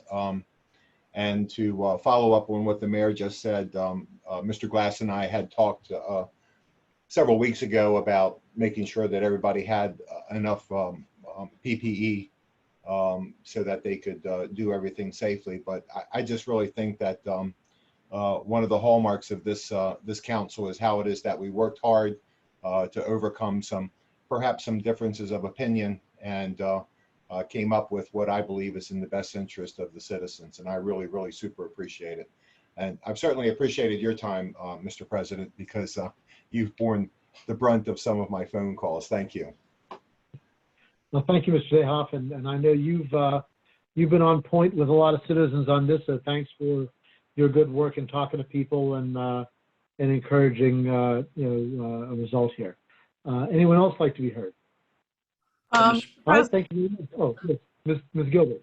Yeah, I just wanted to follow up and kind of thank everybody for coming together and compromising. I know the last council meeting I was a little concerned over the situation. So I just want to thank everybody for stepping up and coming together and finding a solution for the citizens, albeit probably a temporary solution whenever that temporary ends, but a temporary solution nonetheless. All right, thank you, Ms. Gilbert. Mr. President. Anyone else? Mr. Kavachi. So I guess first I'll echo what everybody else said in terms of thanks for trying to work on this. I'm glad we're going to have the bulk pick up. I think that's important, but I'm still not, I want to be clear before I make this comment, and I want to ask the question. So my understanding is we're going from the folks are going to work they were working, because we just discovered this in the last council meeting. So they were working 1 week on, 1 week off, correct? Mr. Glass? So the only 7-day work, I'm still unmuted. The only 7-day arrangement was the water and wastewater systems. The street department never worked 7 days straight. I'm sorry, it got garbled. Streets, I'm sorry, we're doing what? So the only sub-departments that worked 7 on and 7 off were the water and sewer departments. The street department never worked 7. They worked 5-day work week. They would work 5 days and then they'd be off for 7 days. And then they would come back on and work 5 more days. Is that correct? So the days that they would be off were, of course, the weekend days. And then the next 5-day work week, they would be on administrative leave. That's correct. And what you're proposing is that they will now work 3 days on, have however many days off, and then the following week they're going to work. It's 3 10-hour days on, right? That's correct. So it's 30 hours in 1 week, and then the next week they're going to work 20 hours, 2 10-hour days. That's correct. So we're going from working 40 hours every 2 weeks to now they're going to work 50 hours every 2 weeks. That's correct. And in the meeting we had with the Public Works Committee, I committed to 10 plus. So we'll see how the day goes, but it'll be a minimum of 10 hours. And the reason for not working because now we've got folks that are going to have 5 and 6 days off in a row. So why aren't we working on Saturdays also? I mean, I realize Saturdays in a normal environment happen to be a weekend, but when you've got 7 straight days off, I'm not sure Saturdays actually count as a weekend when you've got that whole week off. I don't know why we can't pick up more, is I guess what I'm asking. So I certainly understand what you're saying. This is in as a result of the federal wage regulations. If we work more than 40 hours in a single week, whether it's even on the weekends, that's within that pay period, then we're forced to work or to pay overtime for those hours. That's how, as I understand it from Ms. Matthews. So if an employee works Monday, Tuesday, Wednesday, 10 hours a week, and then is off until the following Monday, Tuesday, Wednesday, and then the next group of employees work Thursday, Friday, Saturday, and then they're off until the following Thursday, Friday, Saturday, they have to be paid overtime for that Saturday? Any time it would be over 40 hours is my Well, understanding. none of that's over 40 hours. That's 30 hours a week. So I guess what I'm saying is that I'm not satisfied that we're paying folks for 80 hours worth of work and we're going from 40 to 50. I'm glad we can do the bulk pickup, but I think we've got other departments and certainly other organizations where folks are finding ways to put in most of the hours that they're getting paid for. And I'm sorry, I know I'm being a hard ass here, but I'm still not completely satisfied with it, but you know what? I'm 1 of 5. I'll shut up at this point. I've spoke my piece, and I'll let you move on, Mr. President. Thank you, Mr. Kavachi. I think you raised some important points, and this is a work in progress. In my view, as we try to deal with how we manage the city's essential operations during the pandemic. So I think that these are useful things to keep in mind, and we'll just encourage Ms. Matthews and Mr. Glass and everyone else who's involved in managing staff to keep in mind the points that are important to us, which is we keep the staff safe, we provide the citizens with the services that they expect, and we do it in a manner that continues to reflect good stewardship of the city's resources, including money and personnel. So we've got to keep trying to balance all those things, and we'll keep looking at that. So I think everybody understands the concerns that we raised last meeting and tonight as well. Anything else on this before we move on? All right, thank you. And then any other items on the COVID-19 response that we want to note at this time? I think that we continue to have some questions and about cancellations of events. I think it's worth noting once again that Flower and Jazz Festival unfortunately had to be canceled this year. Very much wish we could hold it. Also that the American Legion will not be holding the Memorial Day parade. Of course, far too risky to have that kind of concentration of people lining Main Street. Still at this point in time. Anything else we need to mention, Mr. Mayor or Ms. Matthews? I don't think so. Yes, President Pecoraro, there were a couple comments I'd like to make, and I know the chief has some information he'd like to share. President Pecoraro, you just mentioned some of the city's special events, and I believe you and the mayor are aware, because I've discussed it with both of you. We have a kind of a looming deadline to make a decision about the beer and barbecue stroll, and if we don't cancel by that date, which happens to be May 1st, we will incur certain financial losses. So I had a fairly extensive discussion with our Assistant Recreation Director, Ms. Mollendor. She consulted with Ms. Gruber, who is still on medical leave. And after discussing the logistics of everything that we're dealing with, even for an event that's almost 2 months away, it is staff's recommendation this evening that the city cancel the beer and barbecue stroll for 2020. I think as everyone is aware, there remains a great deal of uncertainty surrounding the state's road to recovery. Certainly all of us on staff are sort of waiting and watching all the governor's press conferences and tracking the executive orders. But I think the one thing that is clear in his sort of three-step plan to recovery is that large events such as the beer and barbecue stroll will likely not be allowed for some time.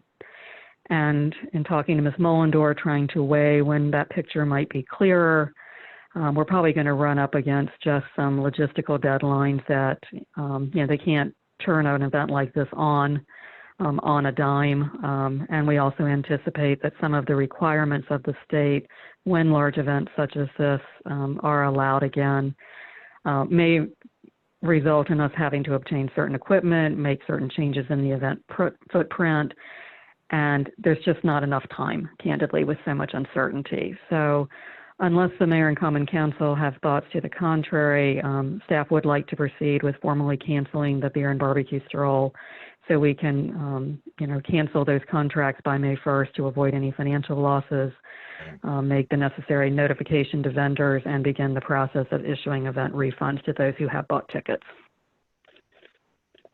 All right. Thank you, Ms. Matthews. Mr. Mayor, do you want to weigh in before we go to anybody else? Yeah, I mean, I think that looking at what our timeline was going to be, large events, and looking at, even outside of our ability to make decisions, I think the thing that's going to take the longest to get back to normal is going to be the group restrictions. And I mean, there's just no way we're going to be able to have a stroll in June.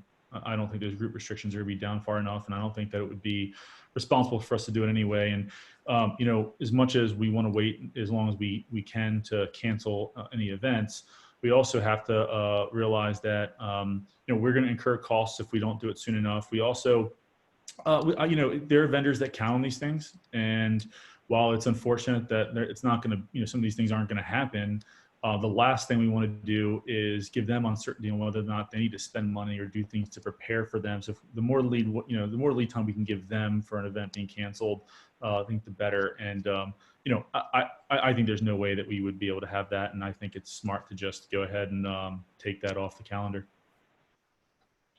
All right, thank you. Anyone else care to comment? Mr. President, Mr. Cavacci. What's the dollar amount that we're looking to risk if we hold off on making this decision? I'm going to defer to Ms. Mullendor. I don't think the dollar amount itself is that large, Councilmember Cavacci. I think the bigger issues in talking to Ms. Mullendor is just the ability of the staff to ramp up on very short notice and also in all likelihood obtain needed supplies. But I'll turn it over to Ms. Mullendor, who certainly knows more about this than I do. Ms. Mullendor, are you still on? Yes, I am. Sorry, I'm searching my emails here to see what report we had. So what we're looking at as of right now, 50% of our deposits in entertainment is about $3,400. We also owe Mission Tix at this point $366. Our rental company 50% deposit would be $1,637. Our VIP area deposit would be $1,500. And our liquor license fees of $250. And that's all non-refundable deposits if the Correct. event's canceled? Even in light of what's going on today, these folks aren't willing to potentially refund the deposit if the event doesn't happen?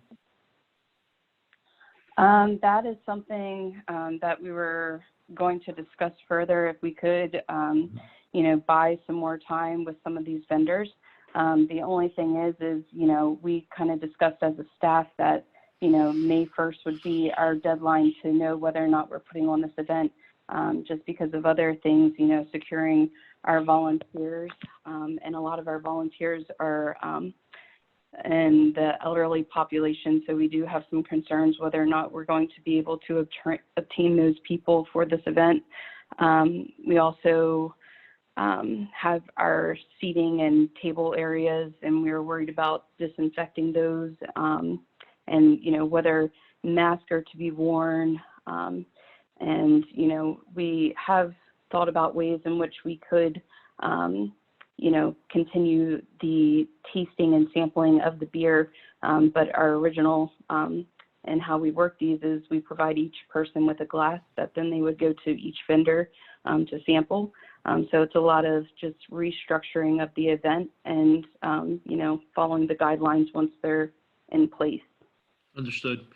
What about conceivably, just instead of just saying we're not going to do it, can't we potentially look at rescheduling it sometime later in the year, in the fall, potentially? That is something that we can look at, but there is other events that we do in the fall, especially the big one with the 4-day fall festival is probably our larger event that we do. Okay. And Ms. Mullender, don't you have a very short window between Fall Fest and then the Oyster Stroll as well? Yeah, generally that one is about 2 weeks in between events to turn that around. And then, we're still holding out hope that we can operate the Westminster Municipal Pool in a summer camp as well.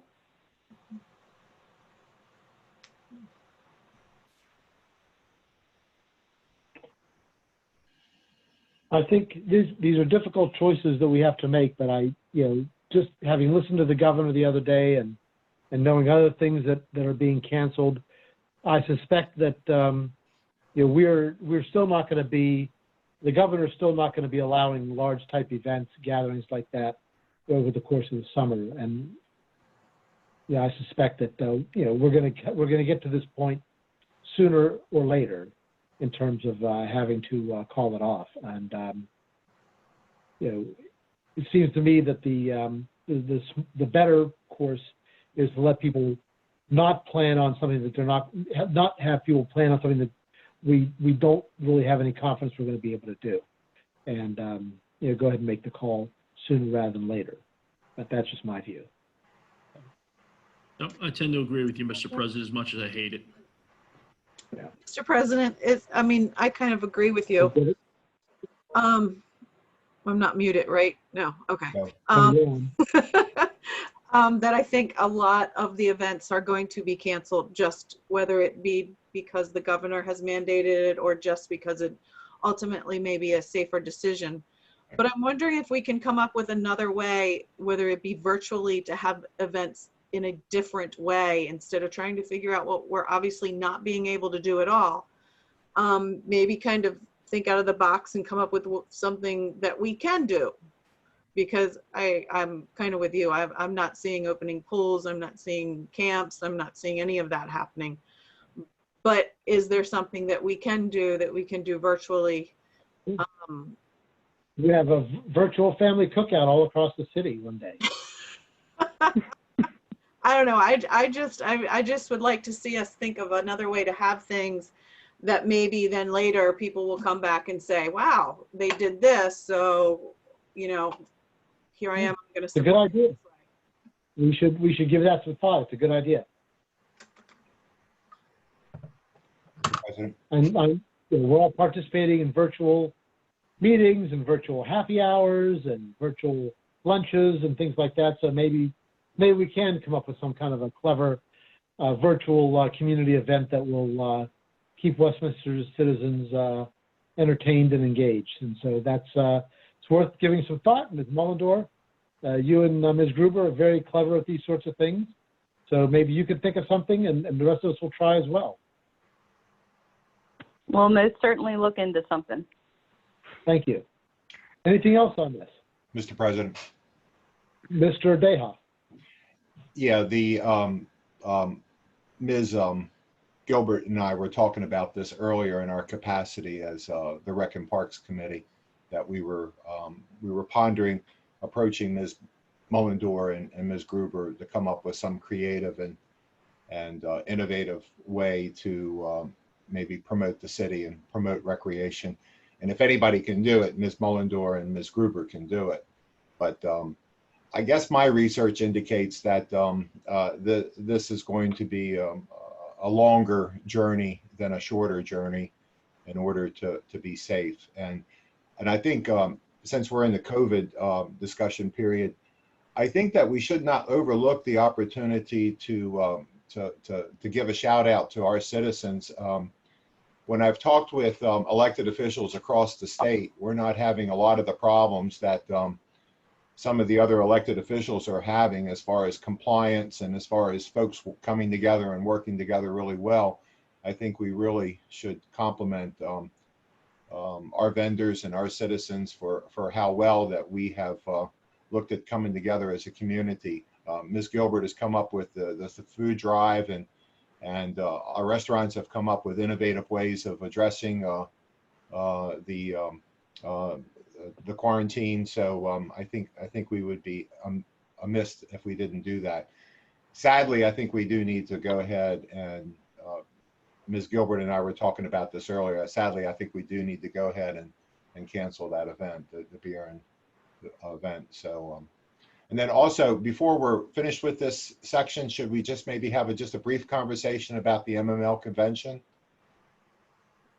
Well, I know that I'm looking forward to attending virtually, having heard today that we will, the municipality has decided to not host the convention in Ocean City in person this year. So I think there's still a great opportunity at to attend a lot of terrific informative sessions online. I know I've done another convention recently, conference online, and there's some pretty impressive platforms out there. Hopefully they've picked one of those and we'll be able to do it that way. Well, I'm aware that Ms. Schisler is going to go ahead and cancel the hotel reservations. What is your predisposition as far as our registration fees? Do you want to cancel them and re-register for the virtual event, or do you want to try and put that credit towards whatever we decide to do as far as the virtual event? That might be something that the Finance Committee might want to take a look at. Yeah, I'm given that. Perhaps we can discuss that offline. Okay. Matthews, did you want to weigh in on that? Yeah. Yeah, I just wanted to share with everyone, Ms. Schlitzer and I have been watching what would have been the early bird deadline. So at this juncture, we have not registered anyone for the conference because there was no financial benefit for doing so. And we just wanted to wait and see how things developed in light of the pandemic. That's a good report. Yeah, I think, yeah, President Pecoraro, if you're okay, I would like to give Chief Ledwell the opportunity to share some information before we move on. Please do. Go ahead, Chief. Good evening, everybody. So real quick, just a couple of brief topics. We are tracking non-budgeted COVID-19 related expenses for two things. One is through the Public Assistance Program through FEMA for potential reimbursement of emergency protective measures. And then the second thing is through the recent CARES Act, there's the Coronavirus Relief Fund. So we are tracking both our expenses up to date as well as anticipated expenses through the end of the calendar year, and we have to submit those through the county by Wednesday. So we have those two potential methods of seeking reimbursement. So citywide, we're looking at putting together something for both of those things. As far as statistics go, as of today, within Carroll County, we've had 403 positive test cases for COVID-19. And the latest numbers, as far as fatalities, were from Friday. There's a 47, 4 being in the community and 43 in the congregate facilities. 71 individuals within the county have been released from isolation after testing positive. And that's it. Thanks. Thank you, Chief. We don't have any sense of the breakdown of how many actual city residents are in that number, do we? It's not broken down to us. That number comes to us through the health department, and they don't break it down in the municipality. Yeah, I've not seen it, and I just was wondering if you had any additional information. So, thank you. Anything else, Chief? That's it. Thank you. No, thank you, and please thank the officers out there and Mr. Glass, the folks who are out there, keeping the water flowing and the toilets flushing. We appreciate that they are staying on the job during this time and doing what they're doing. Mr. President. So with that, Mr. Dayhoff. May I ask the chief a question? Certainly. Hey, Chief, perhaps you might have a report on how well the respite center has worked over at East Middle School. I've had a lot of folks ask me about it, and so far, from what it is I hear, that it's been fairly unremarkable as far as a strain on the city or anything like that. Sure. So the Citizen Services Program has set up a medical respite site on the back side of East Middle School. The staff works out of the Best Building, which is to the rear of East Middle School. So there are several sectioned areas. Inside of the auxiliary gym are non-COVID-19 related individuals who are homeless, who are seeking medical respite. And the last report was that there was a total of 9 individuals who took advantage of that over this weekend. There are 0 related COVID related patients on the medical respite site to date. And the number 9 was the high that I've heard so far. Thank you, Chief. Thank you, Mr. President. Thank you. All right, if there's nothing else, we'll move on to back to a more regular agenda. We have reports from standing committees. We'll try and move through these quickly. Mr. Dayoff, any news from the Arts Council that we need to hear?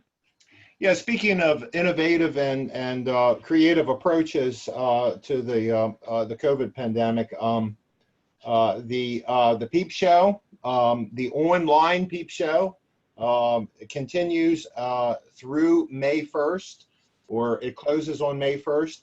If you go to the Carroll Arts Center website, speaking and building upon web redesign, they redesigned their web. It's very user friendly. It was a great redesign, and you'll find a number of interesting programs there. There are also the council's thread exhibit is now online. Again, looking at creative and innovative ways to help folks to get through the pandemic. There's also been some discussion about the HVAC. I reached out to the Public Works Director earlier today, and he said that we discussed that now would be a perfect time to address some of the HVAC issues over at the Carroll Arts Center, because it's empty. The public's not there, but unfortunately, the COVID, the coronavirus problems have caused some problems with the manufacturing of the HVAC equipment. So we'll have to wait on that before we get in there and address some of those concerns. So we're looking forward to that taking place, but it's just not going to happen quite right now. And I'll entertain any questions, but thank you, Mr. President. Thank you, Mr. Rahoff. Economic and Community Development Committee, Mr. Yingling. Nothing to report tonight, thanks. All right, thank you. I will just remind everybody, as on behalf of the Finance Committee, that you've seen the budget presentation. I want to thank the mayor and Mr. Yingling and Ms. Matthews and Ms. Palmer. We spent a lot of hours in meetings hashing out some of the issues and getting this prepared. And I want to particularly thank the staff, Ms. Matthews and Ms. Palmer, for trying to hit this moving target brought on by the pandemic and estimating our revenue so we can develop the budget. Thanks very much. Looking forward to our budget workshops on April 30th and May 4th, and having some thorough discussion of some of the big issues that we've got to look at for down the road. So thanks very much on that. Personnel, Ms. Gilbert.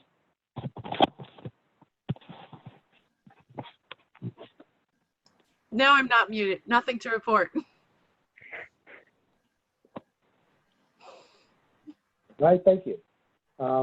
Public safety, Mr. Cavacci. Thanks, Mr. President. Just a couple of brief things. Number one, I'm sure if you all have not had a chance yet, you can look at the statistics, and as you can see, year over year, definitely crime is down a fair amount. In some of the categories, the numbers are about half of what they are in March of 2020 compared to 19. But one thing I did find a little unusual was the juvenile offenders is about the same. So I guess that kind of coincides with, you think you're, what's the word I'm looking for when you're young? You Youthful indiscretions. yeah, I guess that's the word I was looking for. We'll just use that. I'm sorry? We'll just use that in any case. Yeah, that's not exactly what I was looking for, but you know what I meant. So that's good news. If we're looking for anything positive coming out of this entire situation, that's probably one of the positives that's out there. Is crime is definitely down. Unfortunately, there are a few categories we are seeing some upticks. Domestic violence is still prevalent out there. One of the things, though, is that doesn't mean our police officers are working any less. They're out there every day, doing their job as if nothing has changed. And I think that, I'd like to take a moment, and I know I speak for all of us, that we would like to show our gratitude and appreciation, for them doing that. They're out there putting themselves in direct contact with the public. And when I say direct, I mean, they've got to, physically be touching people and doing the things the rest of us are avoiding at all times. They don't have that option. So Mr. Mayor, I know this probably would fall more under council comments and discussion, but, you and I have had some conversations about, certain staff members and areas where, there's something we're going to do.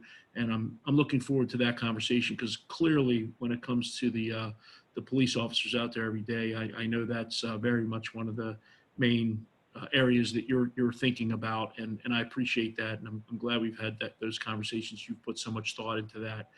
So I wanted to compliment you for it. Other than that, Mr. President, that's all I have. All right. Thank you, Mr. Cavacci. Lost my place here. Public Works, Mr. Yingling, anything you care to add? Yeah, just one thing that came to my attention right before the meeting, as a lot of right when the mayor and I came on to the council, we were kind of really going full steam ahead with our water reuse project. We worked with the Hogan administration and the Maryland Department of the Environment to kind of get the green light, first municipality in Maryland to do so, to do a water reuse pilot program.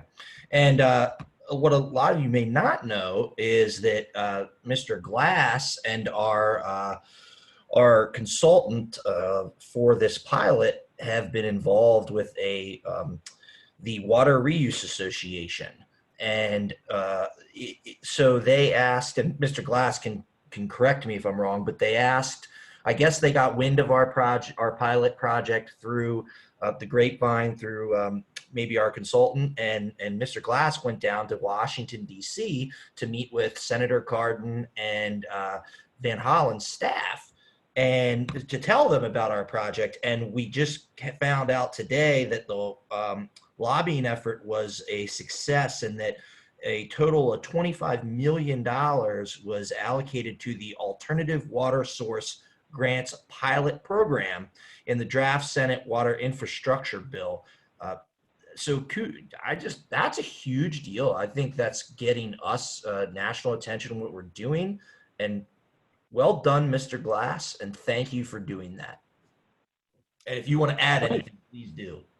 You're welcome, sir. Good news. Thank you for sharing that, Mr. Yingling. And finally, the Recreation and Parks Committee, Mr. Dayhoff. You want to unmute, Mr. Dayhoff? I think we've covered a lot of the recreation and parks stuff pretty well earlier. I think we'll let it at that. Thank you. All right, thank you. So we'll move on. Thank you, everybody, for the committee reports. We have on the agenda next council comments and discussion. If there's anything that didn't fall under a committee report that somebody would like to bring up, we can do that at this time. We'll just go down what would have been the council table. We'll start with Mr. Yingling. Anything else you'd like to mention, Mr. Yingling? Not this Mr. time. Cavacci? All right, Ms. Gilbert? All right, thank you. No, not at Unless this you're, time. all right, thank you. And Mr. Dayhoff? It's interesting. While we're talking, I had put a feeler out to get some PPP equipment for the street department, and I'm just now getting a text message that some more equipment has come in. I wanted to give a shout out to the planning department and Ms. Gerhardt and Mr. Depot, because hopefully the council had an opportunity to read how well the good cause waiver was prepared. And Mr. Pecoraro will remember that we worked really hard on that back in 2002. And it's really good to see that legislation and that forward thinking is still working out really well. And Ms. Gerhardt's done a really good job with looking over the water allocation. And I think it'd be really important to give them a shout out. And then also, as a lot of folks are aware, I worked pretty hard on the budget in a former life, and I really appreciated all the hard work that was done on the budget. And I guess I was rather happy with a lot of what it is that I heard, and I'm looking forward to the budget hearings. I guess we still have a lot on our plate these days, but I think between I guess with the budget and dealing with the COVID, I guess we'll just leave it at that for right now. Thank you, Mr. President. Mr. President. Thank you, Mr. Dayhoff. You've got a couple of other issues that you're concerned about, and they haven't been forgotten, and we're going to get to that. Yeah, I Mr. spoke Mayor. with you earlier today. I just don't think that I don't think it's a really good idea for me to read my laundry list, looking at the complexity of today's meeting. I just appreciate that. I know you and the mayor have not lost sight of some of these initiatives, and I think it'd be important that we come out of the COVID epidemic, the pandemic. I think important that we come out on the other side with our feet running and look at some of these other initiatives, these long range initiatives. It's a perfect time to do research. I mean, it's not like we're going out that much. Thank you. Mr. Mayor, did you want to add something? Yeah, I know it's council comments, but I did just want to take a second to thank everybody. I didn't really do it earlier. I know our proclamations today were for thanking people, but I mean, there's just a lot of people doing things that aren't normally part of their job right now. So, our staff, there are residents that are stepping up and doing things, providing masks and food to people that need it. There's just a lot of stuff going on, and all of our departments are stepping up in one way or the other. Some are at greater risk, and then elected officials. I know there's been a lot going on in public works. So I'd like to thank Councilman Yingling for that. Finance committee, you and Councilman Yingling, just we've all kind of been doing a lot of work right now, and I just and then too the. So I just wanted to thank everybody. I mean, Ms. Matthews, the entire staff, and just everybody that's stepping up right now. Sometimes it's a lot of work. Sometimes it's just you have to make tough decisions that not everyone's going to be happy with. But I think everyone right now is doing their part plus some. And then just to piggyback a little bit onto Councilman Dayhoff's comment, there are a lot of things that are going to suffer from this. We just talked about, we're known for our events in the city. We've even talked about that being part of, how we brand and market our city as, the city that strolls or through the event somehow. No doubt that we're not going to be able to replace those with anything virtual, at least not a great extent. There's just nothing we're going to do to totally recoup that. And there are plenty of things like that in the city that are going to happen. I mean, this is going to have a inverse effect on the economy. There are things that just we can't. There's only so much we can do. And then there are things that we can. So I think that this is a good opportunity. I think that a lot of people, personally, whether it's you're trying to change a habit of your own, businesses are kind of retooling, and then I think government should be different. I think that while there are things that we can't do during this, there are things that we can, and that was one of the reasons I kind of dove headfirst into looking at our communications and our website. But I think we have a lot of projects going on right now, and we need to look at the ones that we can move forward. And while we're going to come out of this, no doubt just crippled in certain ways, we should come out stronger in others. So I think that I want people to know that we're working hard to find those opportunities, because there are always opportunities in every bad situation. And I think government should be no different. I think so far I think that's what we've been doing. But I think it's important, and I want people to know that. And that's it, Mr. President. Thank you. All right, thank you, Mr. Mayor. Now we'll move on from there to ordinances and resolutions. We have one ordinance for introduction tonight, ordinance number 922, an ordinance of the Mayor and Common Council of Westminster, Maryland, approving and adopting a budget for the fiscal year beginning July 1st, 2020, and ending June 30th, 2021. Ms. Palmer. Thank you, Mr. President. Just a reminder that the ordinance is in your in your council packets as part of the presentation that Ms. Matthews made earlier. This ordinance does incorporate everything that she presented in her presentation. It also keeps the real property tax rate at 56 cents per $100 of assessed value. You have workshops on April 30th and on May 4th, and then the second reading of this ordinance will occur on May 11th. That's all I have, Mr. President. Oh, all right, excuse me. Thank you, Ms. Palmer. May I have a motion to introduce ordinance number 922? I'll move to introduce 922, Mr. President. There's a motion from Mr. Cavacci for introduction. Is there a second? Second. We have a second from Mr. Yingling.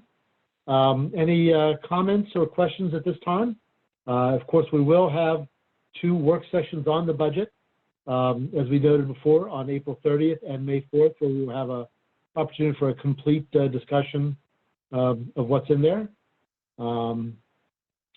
So hearing nothing else at this time, we'll move on to a vote on introduction only.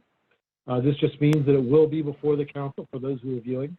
The way we handle our resolutions and ordinances. All those in favor of introduction, please signify by saying aye. Aye.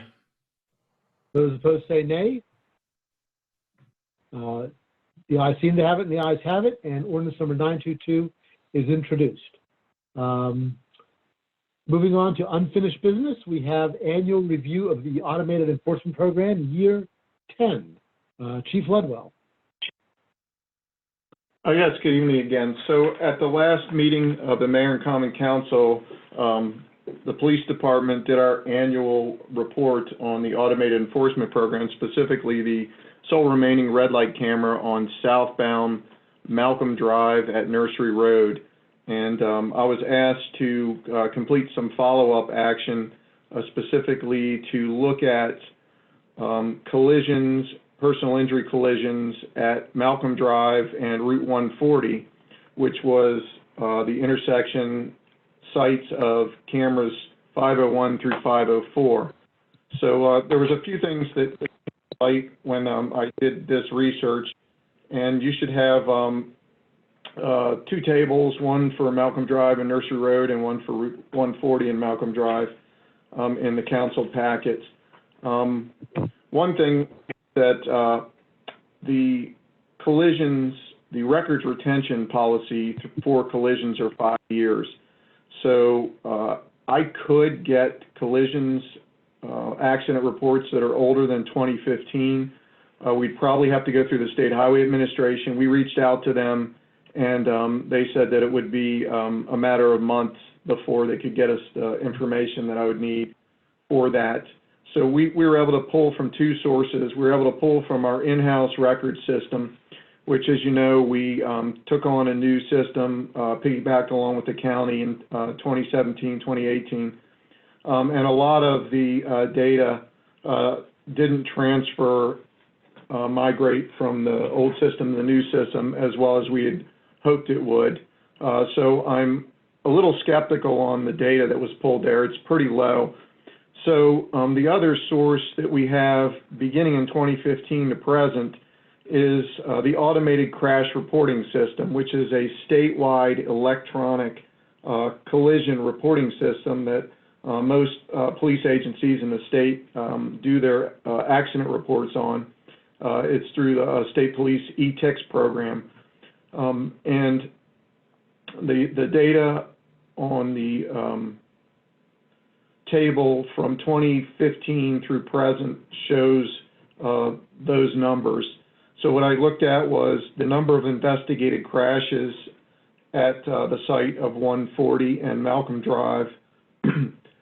Investigated crashes occur when there is a vehicle that is disabled to the point where it needs to be towed, and or when one of the parties involved in the collision reports an injury, a personal injury. So as you can see at Route 140 in Malcolm from 2015 through 2019, there was anywhere in the range of 9 to 19 investigated crashes per year.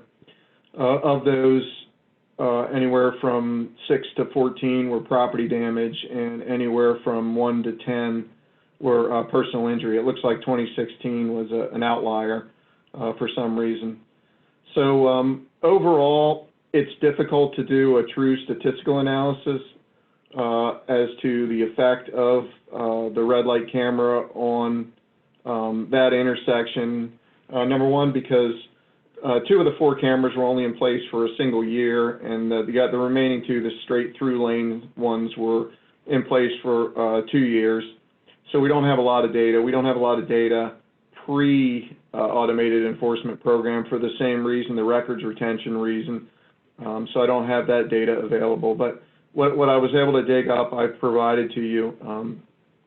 And our recommendation would still be to discontinue the program on southbound Malcolm Drive at Nursery Road, just based on the amount of staff time that it takes to run the program versus the benefit that we get from having the system in place. I'm all for public safety and for, and I do believe that automated enforcement programs at locations that are identified as being high risk do statistically lower the amount of personal injury collisions at that location. I'm just not sure that the volume that we're looking at this particular remaining site is worth the amount of staff time that we put into the program. But obviously, should the mayor and council want us to continue, we would gladly continue with the program. All right. Thank you, Chief. So we have the chief's recommendation from the last meeting and the follow-up report. Is there any further discussion on this? Mr. President. Go ahead. Mr. Kawaki, as Chair of Public Safety, I'm going to go to you first. So I was I think the driver of asking the chief to bring forward some of that information that he had for us in the packet this evening. And while I can't quote specific statistics pre-2015, I can tell you that since I've been Chair of Public Safety since 2009, we've been looking at this program since then and consistently reducing these cameras. We started out with, I believe it was 5 or 6 locations that we had them in, and as they no longer showed a public safety value, and I want to be very clear, revenue had nothing to do with any of the decisions because all of those cameras were producing positive revenue, as does this particular camera right now. It still produces, even after accounting for staff time, positive cash flow in terms of revenue. That was never a decision in terms of when we were taking them offline, because every single one of them was still making money when we did it. But the decision was always based upon, were they creating safety? Were they making that intersection more safe? And over time, it became clear that not only weren't they doing that, but in a couple of cases, we saw an uptick in rear end collisions because of the cameras being there. So we subsequently removed each of those cameras, and this was the last one that was still in place. And I can tell you, because I was paying attention all this time, that pre-2015, those numbers were a good bit higher. So it's obvious that they've dropped relatively significantly over the past number of years. And I think a big part of that is the no left turn light that was installed there a number of years ago. That was a big factor in reducing those accidents. And I think that's showing in the statistics. In the end, I think I agree with the chief. I think it's time to take this system offline and discontinue its operation, Mr. President. All right, thank you. Ms. Gilbert, I think you wanted to be recognized? Yes, and I don't know if this is the chance, but I agree with Councilman Cavacci. I wonder if I could suggest that we suspend the use of the red light camera at that intersection. Is that? Well, I think that's the chief's recommendation, that we discontinue it. Yeah. So, Is that our motion? Mr. President, Mr. Mayor.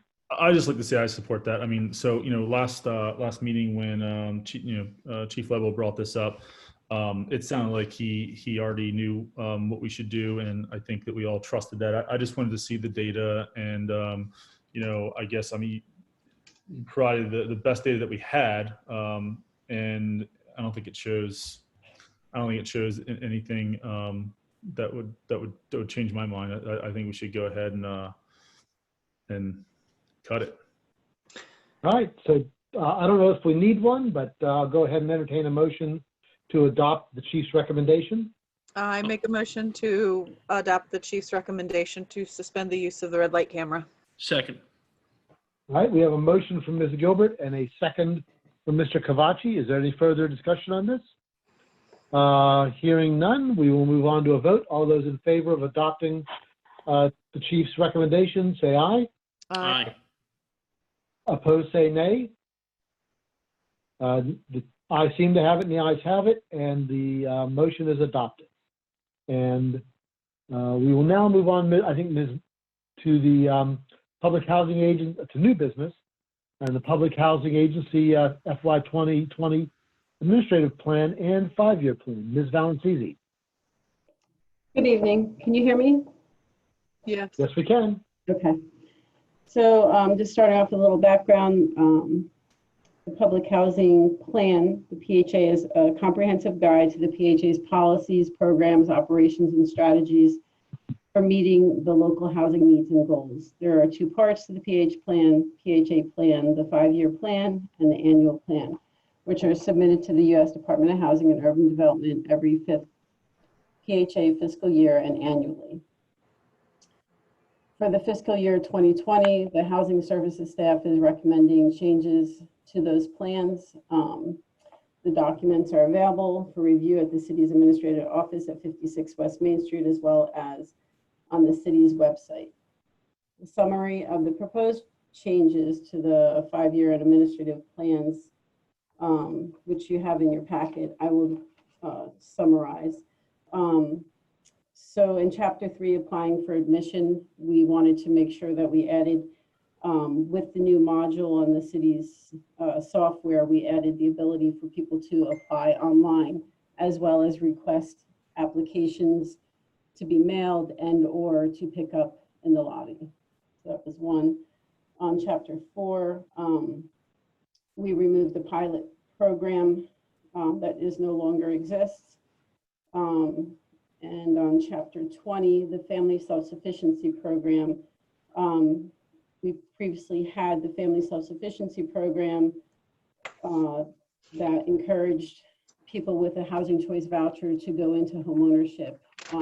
What we did there, we had to have 25 of those housing choice vouchers succeed in their goals. And once those 25 families graduated from the program, we were no longer obligated to continue that program. We were not receiving a grant for a FSS coordinator any longer. So we abolished that program. On Chapter 21, under homeownership voucher program, that was tied into the Family Self-Sufficiency Program. So therefore, we removed that chapter. We can still pursue, if there is someone who's interested in purchasing a home while they have a voucher and instead of receiving a rental subsidy, receive a subsidy towards a mortgage, we can still pursue that avenue. It just isn't tied to the Family Self-Sufficiency Program.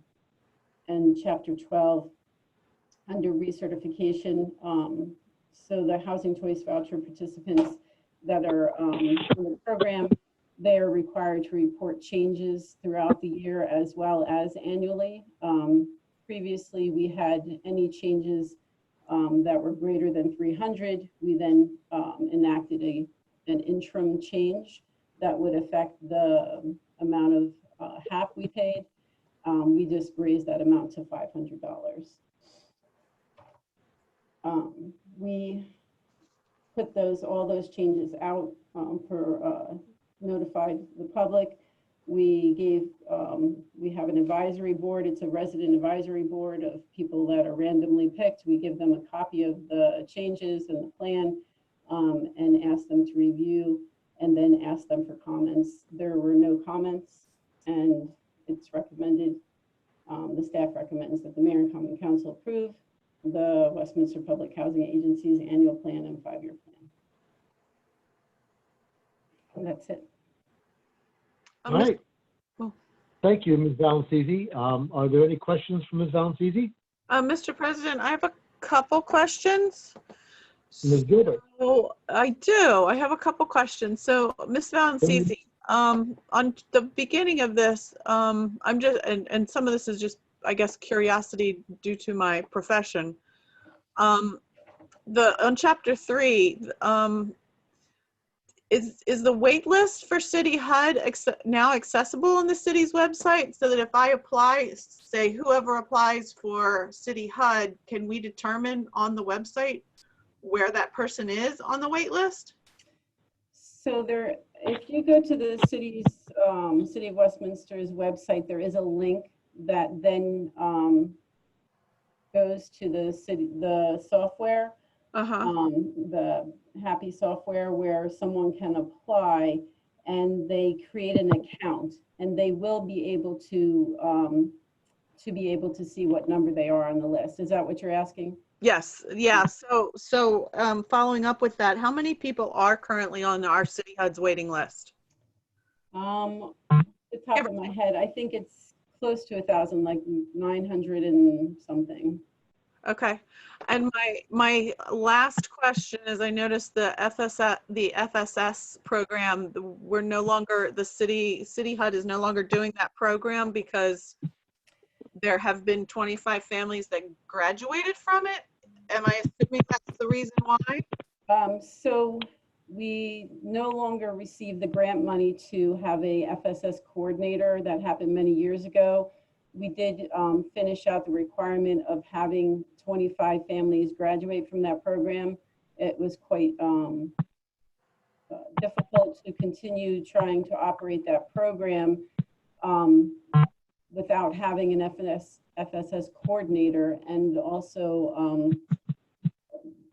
I wouldn't say that it was not a whole lot of interest also. It was a combination of the two. Huh.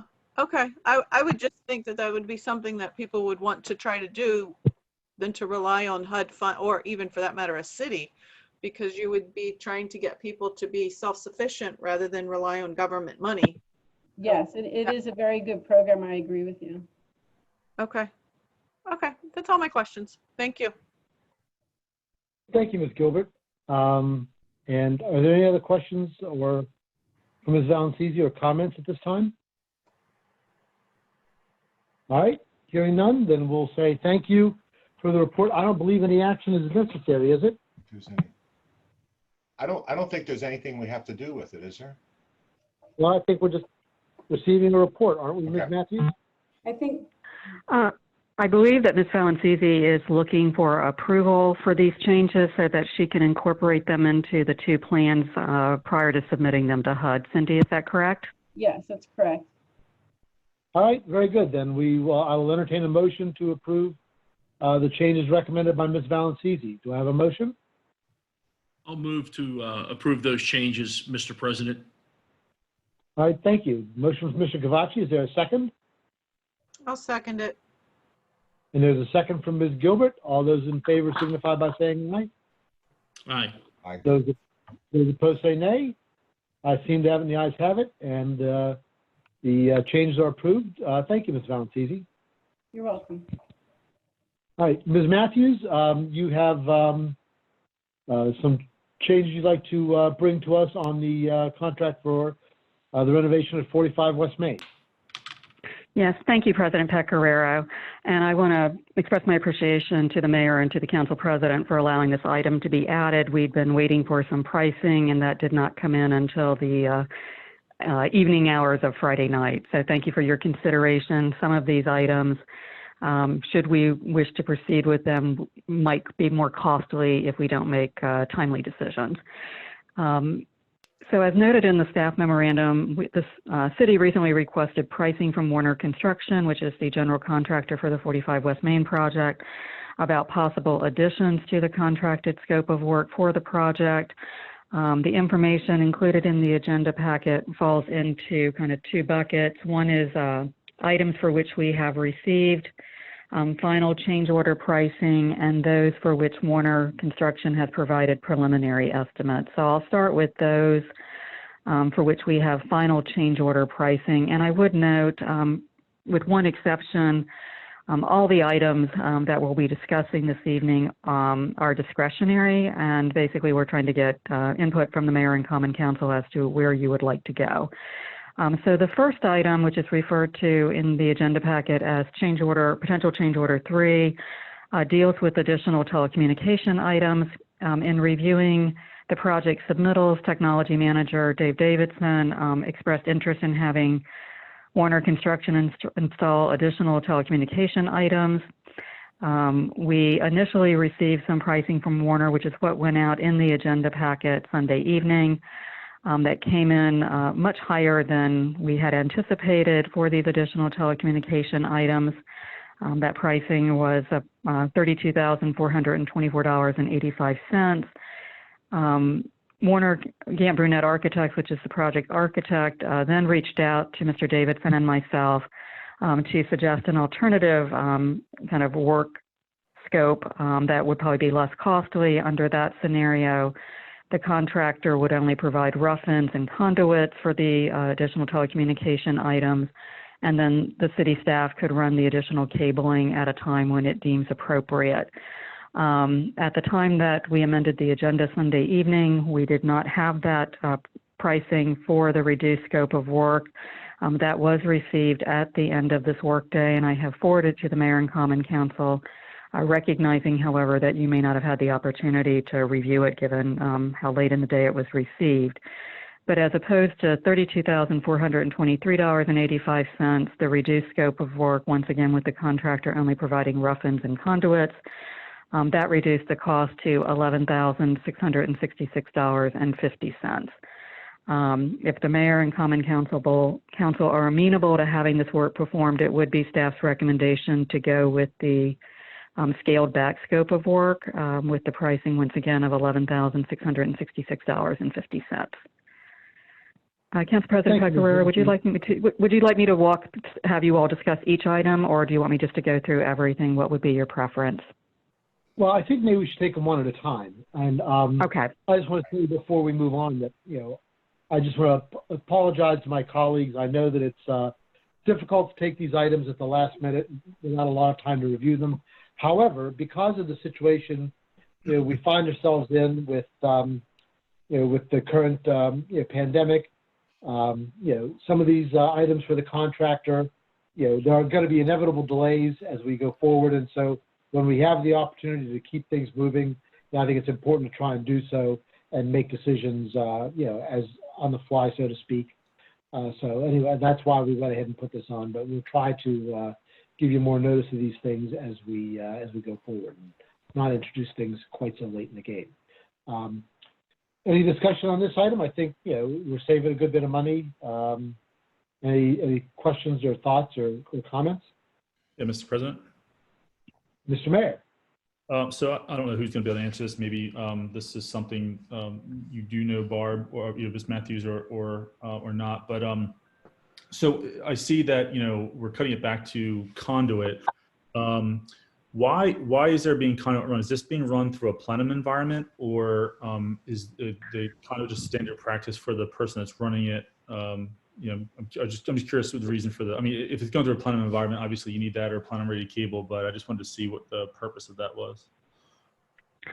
I wish I could answer your question, Mayor Dominic. I think that's probably a better question for Mr. Davidson, but I don't believe he's on that call. In the information I sent out late in the afternoon, there is some detailed information from the contractor and subcontractor that may or may not answer your question, but I apologize.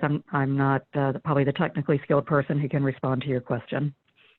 Okay, just so everyone that doesn't understand what that means, a plenum. So, because of fire safety, certain cables, if they're run through certain environments where they're like it's close to like or it's shared space with like HVAC systems, there are materials and cables that become toxic in the air during a fire or an event like that.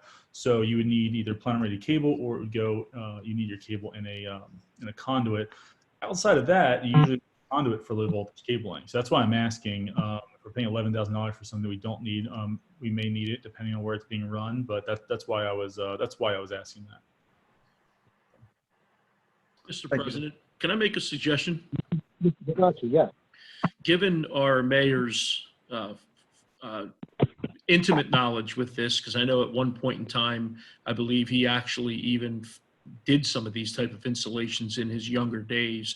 I suspect he probably knows far more about this than the rest of us collectively. I'd be more than comfortable with ceding that decision over whether it's a good choice or not, spend that money solely over to the mayor, considering he's got excellent knowledge to make that decision. So I'd be completely comfortable letting him make that call one way or the other. I agree. All right. If everybody's comfortable with that, then Ms. Matthews, we are agreeable as long as the mayor's agreeable. And we'll let him try and get the answer tomorrow. Great. Thank you very much, because they are proceeding with, Warner is kind of moving things along, and having that flexibility will allow us to keep the cost of the work done, because there is a point where it will become more expensive if we do it later. So thank you for that. The second item, which is, I'm sorry, I apologize. Go ahead. I think we still need, Mr. President, I think we still need that in the form of a motion, that we motion that we leave it up to the mayor's discretion and authorize him to sign certain documents. I mean, I think it's a good idea to put the conduit in, but I'm going to defer to the mayor on that. But I think we still, for the purposes of procurement, I think we still need a motion, if that's okay with you. Right, so that's fine. So I'll entertain a motion to, approve the item, with subject to the mayor's discretion. Decision, yeah. There's second? I'll move to let that decision be made by the mayor. Okay. All right, thanks. And is there a second? I'll second. Second is the motion from Mr. Cavacci and a second from Mr. Dehoff. Unless there's any further discussion, we'll take a vote. All those in favor say aye. Aye. Aye. Opposed say nay. The ayes seem to have it, and the ayes have it, and the motion is adopted. So, Mr. Mayor, it's all on you. Mr. Mayor, are you going to pull the wires? No, I do request that if I need help with any manual labor, that Councilman Dehoff be available. I've pulled many wires. I told Dave Davidson I would help him pull the wires. Right, very good. Ms. Matthews. Thank you. The next item for which we have firm pricing, and this, once again, this is a discretionary item, is referred to as change order 4, and it basically captures the impact of replacing 3 bronze frame 2-story storefront windows along with a storefront bay window located on the diagonal wall along Main Street. These windows were scheduled existing to remain in the original contract, and once again, this was stat pricing that the city itself requested. If you're facing 45 West Main, I think everyone's aware there was the main segment of the building that was built roughly in the 60s, and the part that's on a diagonal was constructed in the 80s. It's where the ATM is located. At the end of the day, it did occur to me that having some visuals might be helpful. I don't know if everyone had the opportunity to look at those. If not, I can probably try to just click through them with the shared screen if that would be helpful. Would you all like them on the screen? I have them on my tablet. I looked at the pictures earlier. I know they've got them, Okay. so you can proceed. Okay, thank you. So as you saw in the photos, there's obviously what I sent were existing, a picture of the existing windows, a picture of the, a rendering of what this would look like if we accepted this change order. And then in talking to our architect, they have also identified a third option, which will definitely be lower cost than the change order. Basically, that would keep the existing bronze window frames. And what GBA, the project architect, is proposing is that we would paint the spandrel panels to match the standing seam roofing. And you all also have a rendering of what that would look like.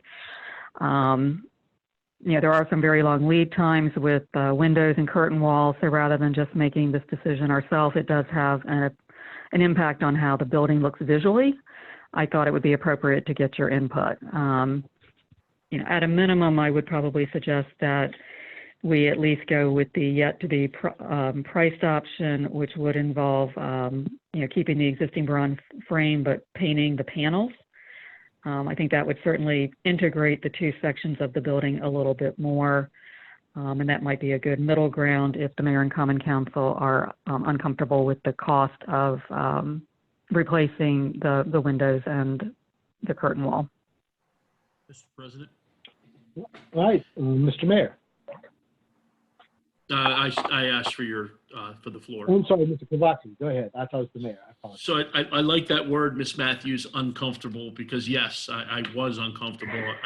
You know, I've made it clear many times that, you know, I'm constantly nervous about what we're spending here. But yeah, I think the idea of painting them is an excellent idea, because frankly, that in the renderings, that's mostly what it looks like, is we're mostly just changing the color of the casements and the panels and things like that. So if we can do that with paint versus the $75,000 to replace them, I'd say let's go that route, because I have to believe that's significantly less expensive than that.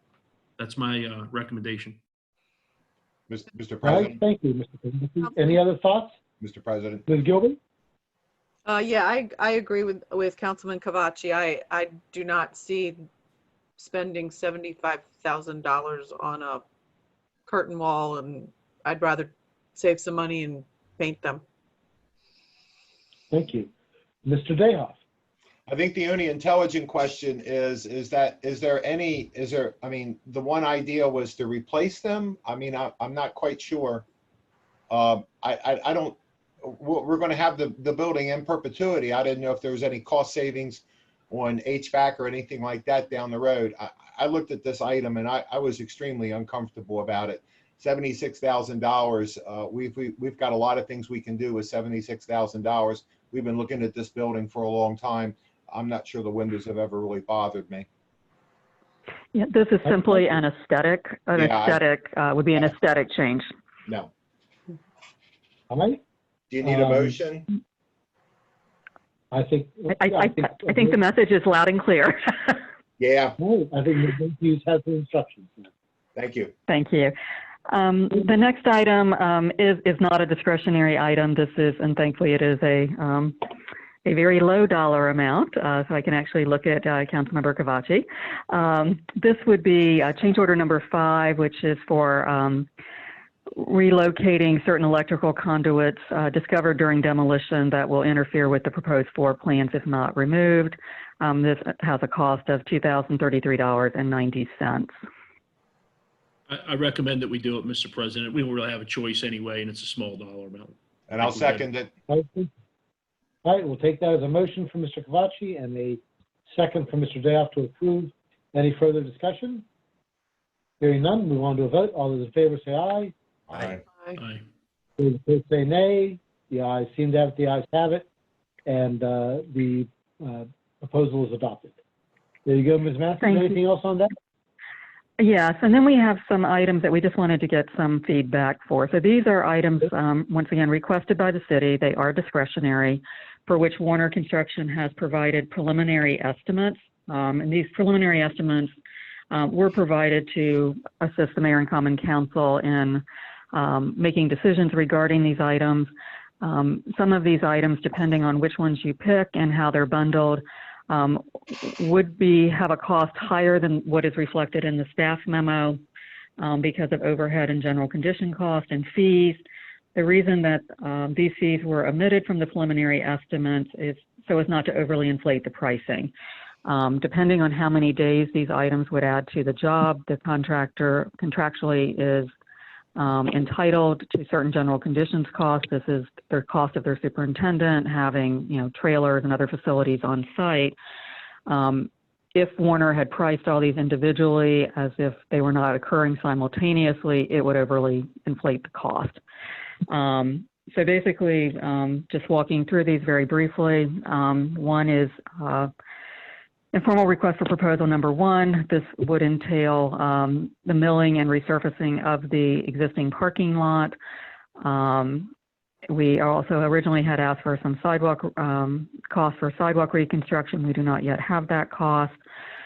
So what is before you this evening is preliminary cost once again for milling and resurfacing the existing parking lot.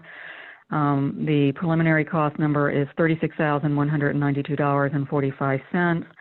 Mr. Glass has reviewed this information because one of my questions for him is, does he believe this is a reasonable cost? Because this work could certainly also be done under the city's paving contract. Mr. Glass, you can please correct me if I misspeak, but I believe you felt like at first blush this did appear to be a reasonable cost for the scope of the work involved. Is that correct, Mr. Glass? That's correct. I checked it back with a few other parking lots that we've done recently, and was kind of surprised that that actually was fairly reasonable. That we had to do some analysis that it wasn't exactly the same size, and they included the striping as well, which we generally would do that ourselves, but it wasn't that bad. Mr. Glass, this item, I believe, was requested by the Public Works Department. Are there any comments you'd like to share with the Mayor and Common Council just about your assessment of the existing pavement in the parking lot and the lining, the parking space lining? So it's the kind of thing that, nothing lasts forever. We don't last forever, as a matter of fact. So there's going to be a time that it has to be done. I think the concept there was to, much like the windows, and I think you have some lighting to talk about as well, to spend that kind of money in a building and have it look like an old building from the outside, like there's no change. It would seem that for aesthetic purposes, that needs to be taken into consideration as well. The parking lot is really cracked up. This is the opportune time to do it. Doesn't mean we have to do it right now, though. Mr. Glass, while we're talking about the parking lot, you touched on it, do you also want to go ahead and talk about the lighting? So my understanding of the lighting is the concept is to replace the poles along with the, because they're, once again, they're dated structures, but to update the poles with LED fixtures as well. And I'm going by memory, but I'm pretty sure there are 3 poles in the parking lot with each have 3 lighting heads on each pole then as well. So, and again, it's my understanding that they want to change those out with current state-of-the-art LED fixtures.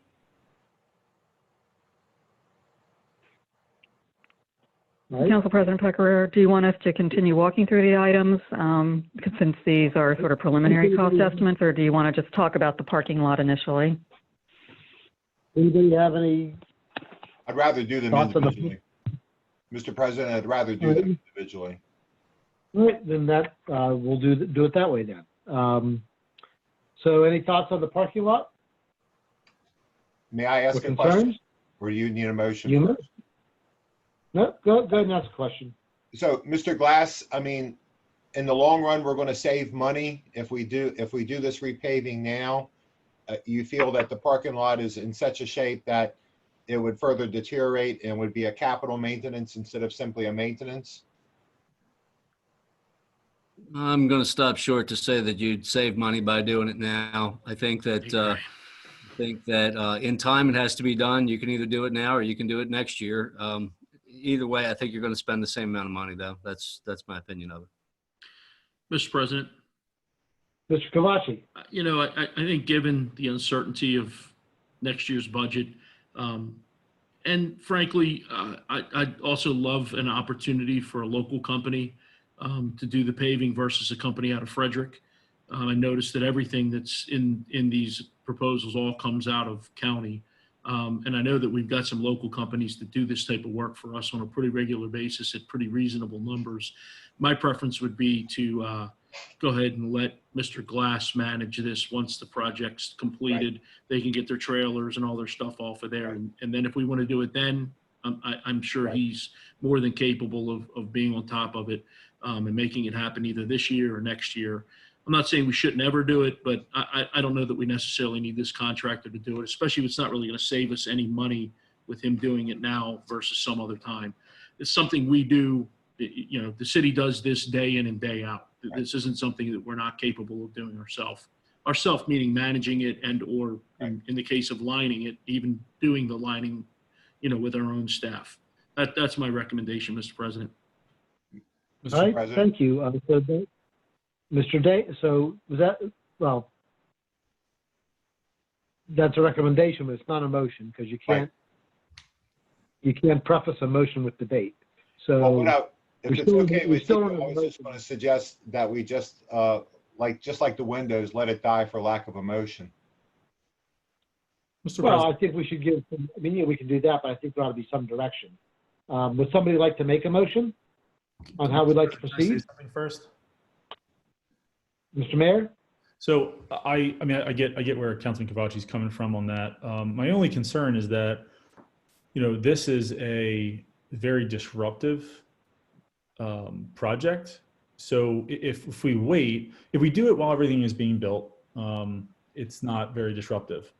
Especially right now that, who knows how long downtown's going to be, less populated during the pandemic, but more importantly, just the city offices. If we wait until it's occupied by our city staff, you're gonna have a very loud and I don't know if this will be done during the day or at night. I'm sure if it's done at night, it's gonna cost us more, like all these projects do when it's at night. But if it's done during the day, so it's either going to cost us more if we do it at night, or if it's done during the day, it's going to be very disruptive to the people in there. We have staff that spend the majority of their day on phones. So to wait, I think we have to factor in all costs. So outside of just money, and I think it will cost more down the road. Just like any of these projects, I think that anything that's inevitable with this building, anything that's going to happen in the near term, we should knock out while the building's not occupied. That's my opinion. I see the other side of it too. I just wanted to make sure everyone was factoring that in. All right, thank you, Mr. Mayor. Anyone else wish to be heard on this? All right, well, I don't generally weigh in on these things, but I'm going to say I think I agree with the mayor. Having listened to all this, I was kind of agnostic about it going in, but I think that just moving this whole project along and just getting it done and finished, to me, makes the most sense. And if it's cost neutral, I just as soon do that. I think that there are local contractors, yes, who could do this work, but they get plenty of business from us. And I don't think that they're going to be hurting for a $36,000 project. So I just as soon keep it all moving and get it done myself. But that's just my opinion. So we need a motion. Would anybody care to make one?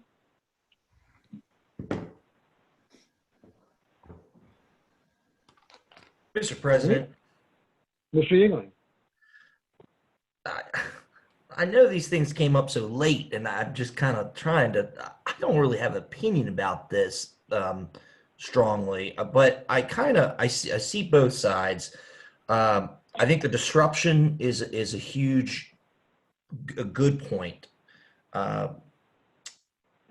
You know, I'm kind of saying though, also, like I'm a big guy in infrastructure, you know, and I mean, parking lot is a piece of infrastructure.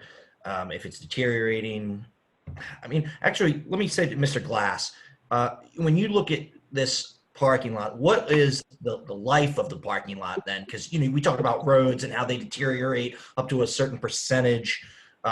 Where are we at with this parking lot, Mr. Glass? So I think probably within the next 2 or 3 years, the work should be done by that time. I think it could be deferred by that time, but again, it certainly could be done now, but it could be deferred as well. But I'd say beyond 3 years, probably we shouldn't go beyond 3. Although we have roads that have gone much further than that. So follow up question then, the parking lot and the lights. So if the lights have to be replaced, then it makes sense to do the lights in the parking lot, I guess, at the same time, or no? So the lights will be dependent upon the matching the base of the new structure to the base of the existing structure. So they could be done independently. The lights really might not be that big of a deal to change out if the bases work out. Okay. Mr. President, Mr. Dayhoff. I'd rather take up the repaving of the parking lot and the lights as separate issues, if that's okay with you. Certainly. Okay. So on the question of Ms. Gilbert. I have a question. I know we're only on change order number 5. How has the total cost changed, increased, or I doubt it's decreased, but how has everything total increased so far in the grand scheme of things? Oh, that's a good question. It's reflected on the change orders to date. We've only had change orders. There's been 2 of them that combine total $43,703.19. So the other change orders have been decreased. There were 2 that were decreases and 1 that was a deduct. So I'm drawing a blank on the first one. I apologize for that you all passed, but change order number 2 was passed at your last meeting. That encompassed, which was the majority of this amount. It had to do with non-discretionary changes because of information obtained from BGE after the contract had already been awarded. There was a door deduct on change order 2 as well. And then my recollection, Councilmember Gilbert, in response to your question, is that change order 1 had to do with a structural column and an issue that was detected during demolition. And the combined of all 3 items was a net of $43,703.19 on a $4.4 million project. Okay, and if, Mr. Glass, you feel as though this parking lot is going to need to be repaved or dug up, whichever that necessarily, it sounds like it's going to need to be dug up and then resurfaced again at $36,000 now, wouldn't that cost increase in 3 years, not decrease? So wouldn't we, in essence, save money doing it now than waiting 2 or 3 years? And my question is, this doesn't include the sidewalk, so that's a whole nother estimate. Is that correct? So it's my understanding the sidewalk price didn't come in. So I'd have to defer to Ms. Matthews on that one, but I don't think we have that cost. That is, Mr. Glass, you're correct.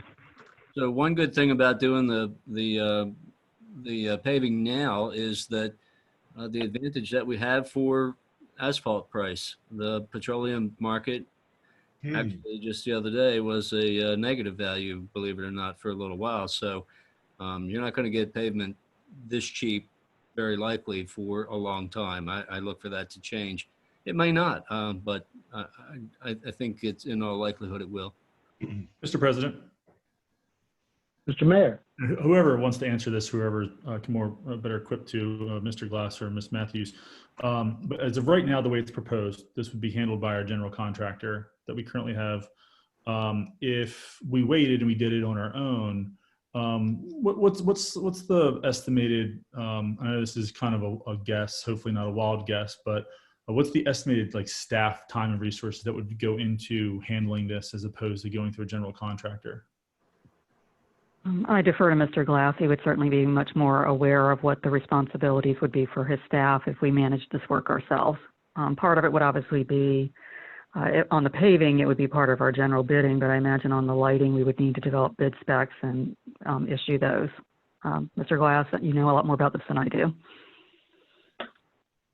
Certainly, if we included in the annual paving project, it would probably be, I would say, 4 days of work, something along those lines. It would be very seamless if we include it with the rest of our paving. With regard to the lights, I'm not sure that that amount is going to rise to bidding. Probably could just get 3 prices for that would be my guess. If I'm not mistaken, it was $12,000, I believe, was it? The lighting, Mr. Glass, was estimated, the actual lights of $20,219.85, and GBA had estimated some engineering fees of approximately $6,000. So it was a total potential cost, not all through Warner, of just over $26,000, in part because of the engineering fees.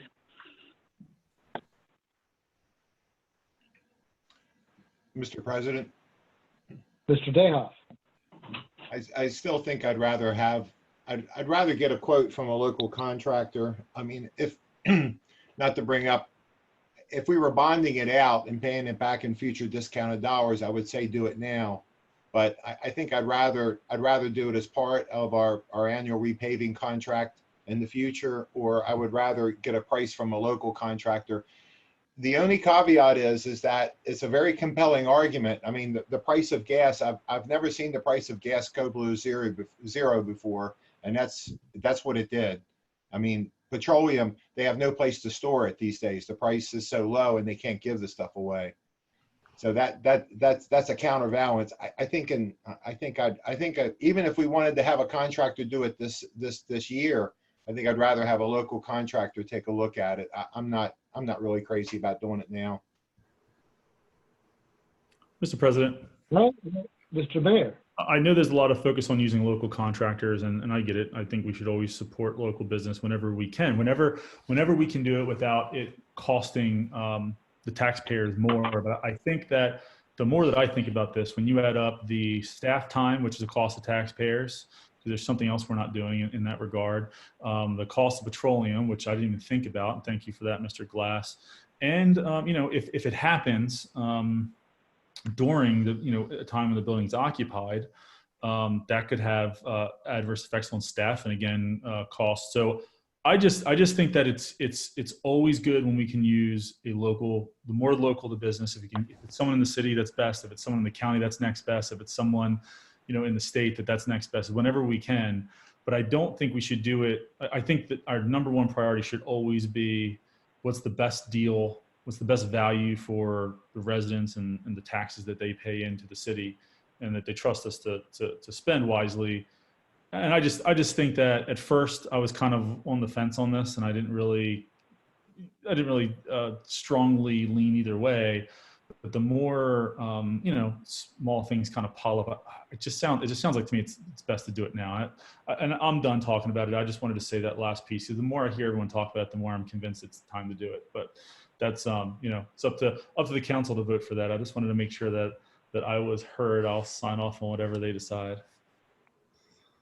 All right, thank you, Mr. Mayor. So we have a recommendation from the staff, but we as yet have no motion on what to do. President. Does anybody care to offer a motion?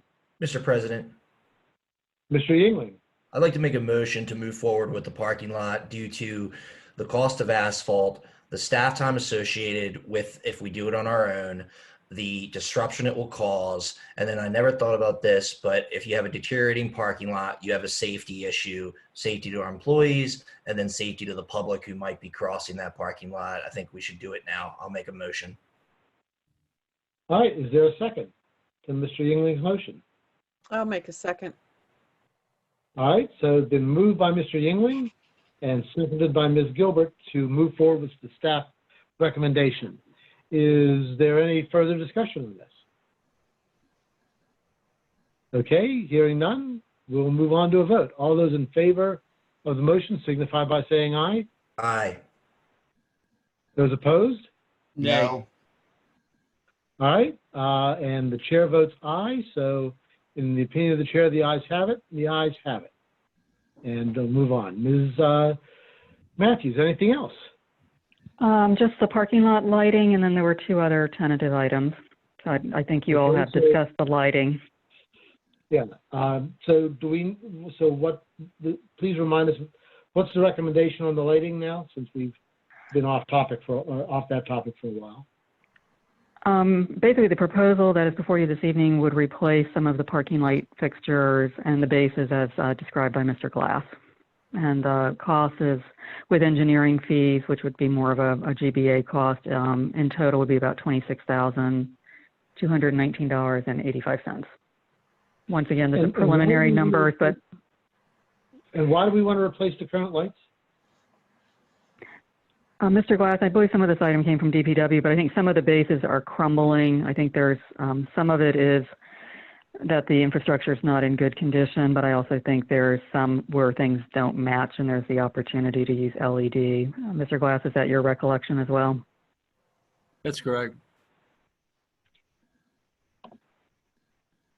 Okay, so is there any discussion or is there a motion on the lights?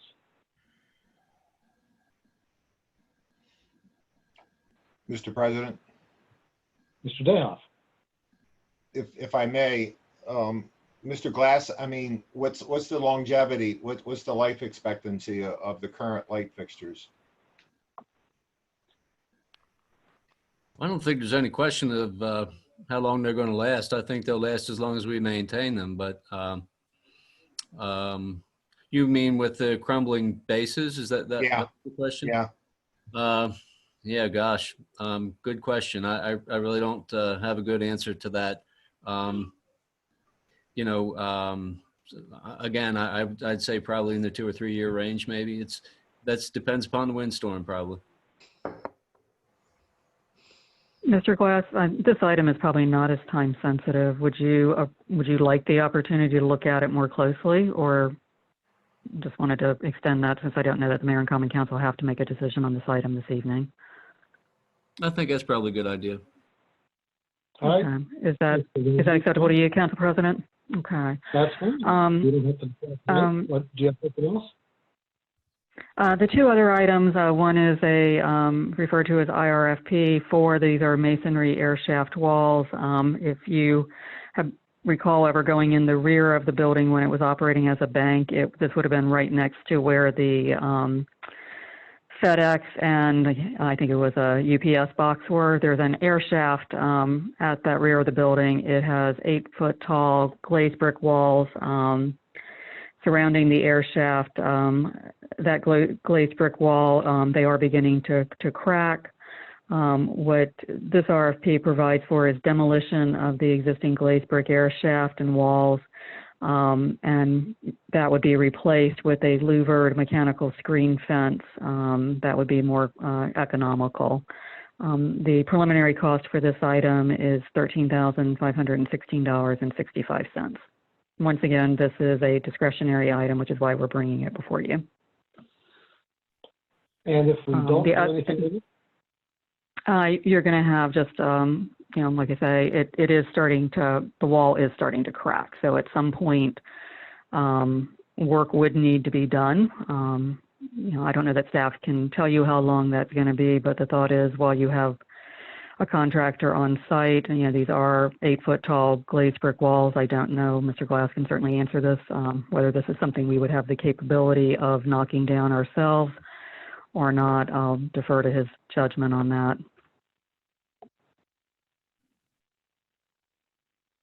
All right. I think we could do the demo if that's the direction. It would make, my opinion, I think it would be better for the contractor to do that, but I'd say we certainly could. All right, thank you. Any thoughts from the council or comments or questions, or is there a motion? Mr. Pecoraro, Mr. President. Mr. Dayhoff. The reason the wall is as tall as it is because when they originally built the building, it was a low wall for the air handling and automobile fumes from the parking lot were entering into the air handling system by way of that shaft. And that's why they built it up the way it did. So I guess the one question is are the folks that are suggesting that we replace it aware of that dynamic? And is this going to take care of the automobile fumes entering into that air shaft and entering into the air handling system? And I guess maybe that's a question for Mr. Glass. I'm not sure that the architect knows that bit of information. I would guess probably not.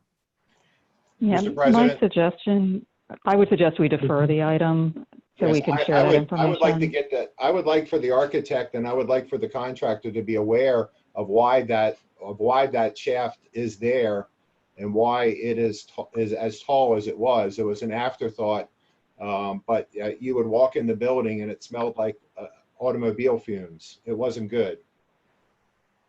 No, and thank you, Councilmember Dayhoff. You always have a wealth of information, especially historical information. So we will share that with the contractor and the project architect and bring this item back to you. All right. The last item, I think in the interest of time, Council President Pecoraro, it was just basically washing the building exterior to get all the grime off of it. That can certainly wait to the next meeting when we bring these items back, if you would like, just in deference to the lateness of the hour. Sure, let's do that. If you would prefer. Okay. Thank you all for your time on this item. Thank you. All right, thank you, Ms. Matthews. So we will now move on to, so I think that was the last item. Sorry, Yes, I lost my agenda. Last item on the agenda, we'll now move on to departmental reports.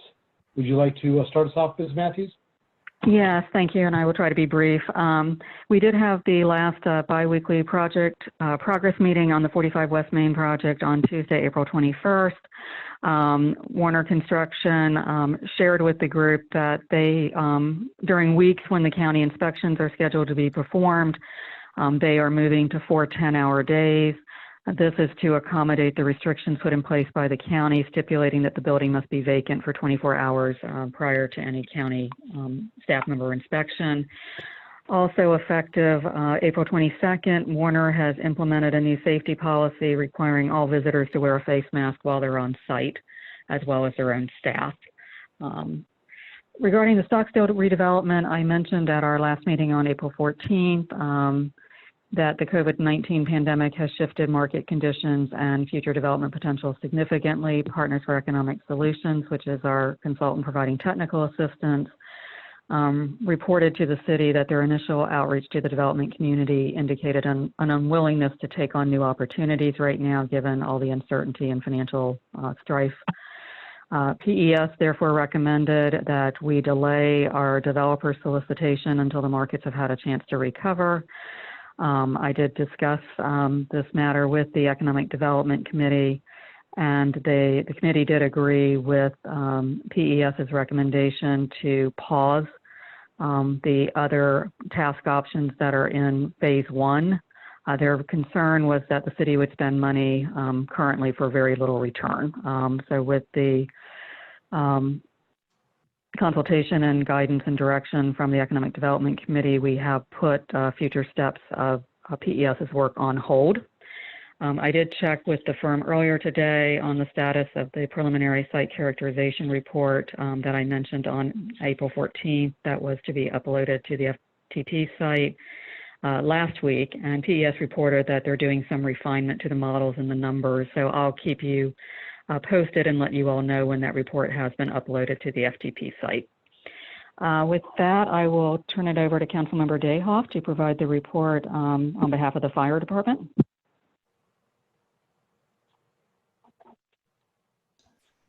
The fire department remains very busy, and personal protection equipment continues to be a concern, but so far we're maintaining. Thank you. Okay, I'm going to go alphabetically. I did want to share with you all our Director of Human Resources, Ms. Childs, is under the weather this evening, so unfortunately she was not able to remain on the call the entire time. Next up will be our Director of Community Planning and Development, Mr. Depot. Good evening, everyone. The Board of Zoning Appeals Tuesday, May 5th meeting is still scheduled to hear the Valvoline Service Station special exception. We had the ability to speak with the applicant to address Councilmember Kavachi's issues or concerns with access. We too share the same concern. They will have a traffic engineer at the meeting, the Board of Zoning Appeals meeting, to address some of those concerns as far as access and how the business operates and how vehicles leave and enter the site. On Wednesday, May 6th, the HTC will hold its meeting for a historic tax credit application. And tentatively, we may go over the rules of procedure for tax credits and the rules of procedure for the Historic District Commission as a whole. I'm stating tentatively because we're still working on aspects of that and may not be ready for the meeting. On Thursday, May 14th, the Planning and Zoning Commission meeting hearing, we will hear the Mission Barbecue site plan. We were able to again meet with the applicant to talk about the outdoor seating, which was the concern from the last month as to why it was pushed, and water allocation. And we believe we have a plan for that. We're just waiting for some additional information from the applicant. Also, a big lot signage is scheduled. The site development plan for Royal Farms is scheduled. We are still having some concerns with that as far as traffic and access to the site and Route 97 widening, potential widening in the future. But we do have a meeting scheduled with the applicant to go over some of those concerns tomorrow. Site development plan for Family and Children's Services is scheduled. We are having concerns with parking for that site. We did have a meeting with the applicant today, and we believe we've addressed that concern. So they should be ready for the Planning Commission as well. And I believe the county will be presenting the annual report as well. And that covers covers what's happening. Thank you, Mr. Depot. Mr. Glass? No report this evening. Thank you. Chief Ledwell? Sure. So we're continuing to follow the safety protocol in line with CDC guidelines. We are responding to various complaints related to executive order violations, everything from complaints on businesses not being essential to reports of individuals not wearing masks in the stores to gatherings of people over 10 and individuals inside a restricted area of city parks. We haven't had to take any enforcement action, fortunately, related to any of these executive order calls for service. We continue to do our site checks of food distribution and the medical respite site. Our call volume remains below average. We're seeing mostly domestic disputes and assaults, disorderly conduct calls, and some emergency petitions for suicidal individuals. And that's it. Thank you. Thank you. Our Assistant Recreation Director, Ms. Mullendorf. Good evening. I have nothing to report this evening. Okay. Thank you, Ms. Mullendorf. Our Director of Finance and Administrative Services, Ms. Palmer. Good evening again. I did send out to all of you the audited financial reports for fiscal year ending 2019. With your permission, I would like to add to the May 11th agenda a presentation of those reports by Ms. Wanda Lynn, CPA of Brown, Salt, Sheridan, and Fritz, the auditing firm. I understand that you will have questions and concerns. If you'd like to submit those questions to me prior to the meeting, I can be prepared to answer those for you during the meeting. I would like to add that this was a very detailed and specific audit in their testing by Brown, Schultz, Sheridan, and Fritz. And so we welcome that. We enjoy seeing the findings that we got so that we can improve our reporting and our transparency. And anything that you have to add to that, we welcome. So I look forward to having a discussion about that on May 11th. Are there any questions?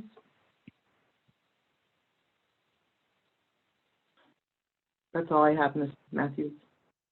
All right, Council President Pecoraro, is Ms. Palmer free to try to arrange that presentation by the auditing firm for May 11th?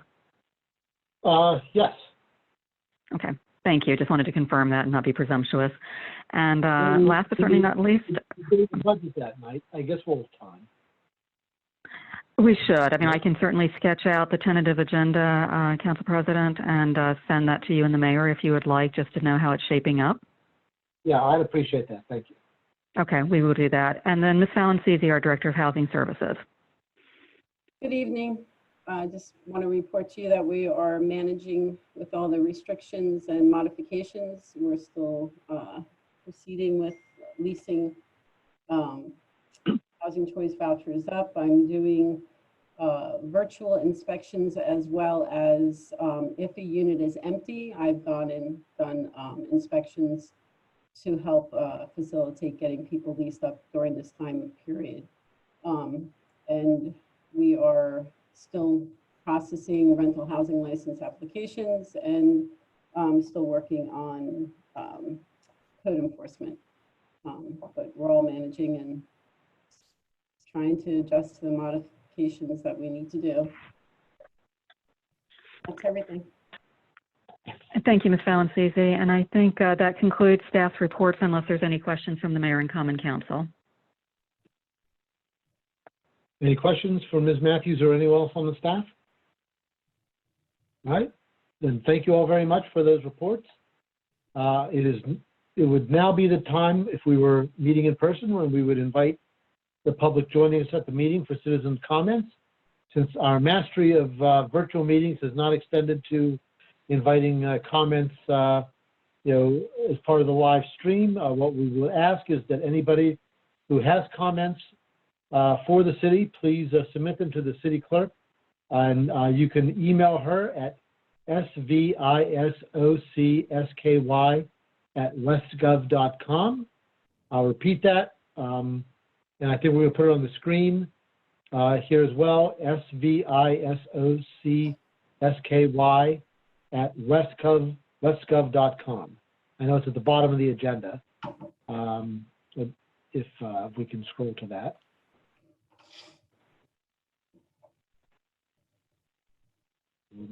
It's at the bottom of the second page. If you grab the bar, it'd probably be easier.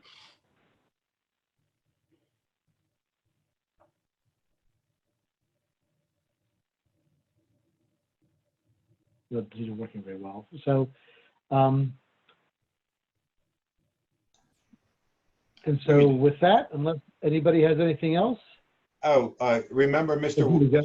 Wagman had a comment? I'm sorry, I had one comment I was supposed to read. I apologize. Right. And I have a comment from, it was emailed to us from Mr. Kevin Wagman of 153 East Green Street. And he says, I wanted to thank the street department men and women for their dedication for making our city so beautiful looking. About the yard waste and tree limbs, feel if we keep doing it, it helps the city residents to upkeep their property. The comments that are negative on Facebook, like taking all the lawn bags to City Hall, or the one about burning them, are very negative for our society and town. I feel most never think about that. Wanted the council and mayor and staff to know many are very proud of the city and all they are doing in this event. This is not any effort in running for city office. It's just speaking from my heart. Never would want your jobs, even though I am grateful for what you do. Good night and be safe. And thank you, Mr. Wagman. We miss seeing you at the council meeting and around town. And so with that, we will say to everybody, be safe and stay healthy. And the meeting is adjourned. Thank you all very much. Good night. Good night.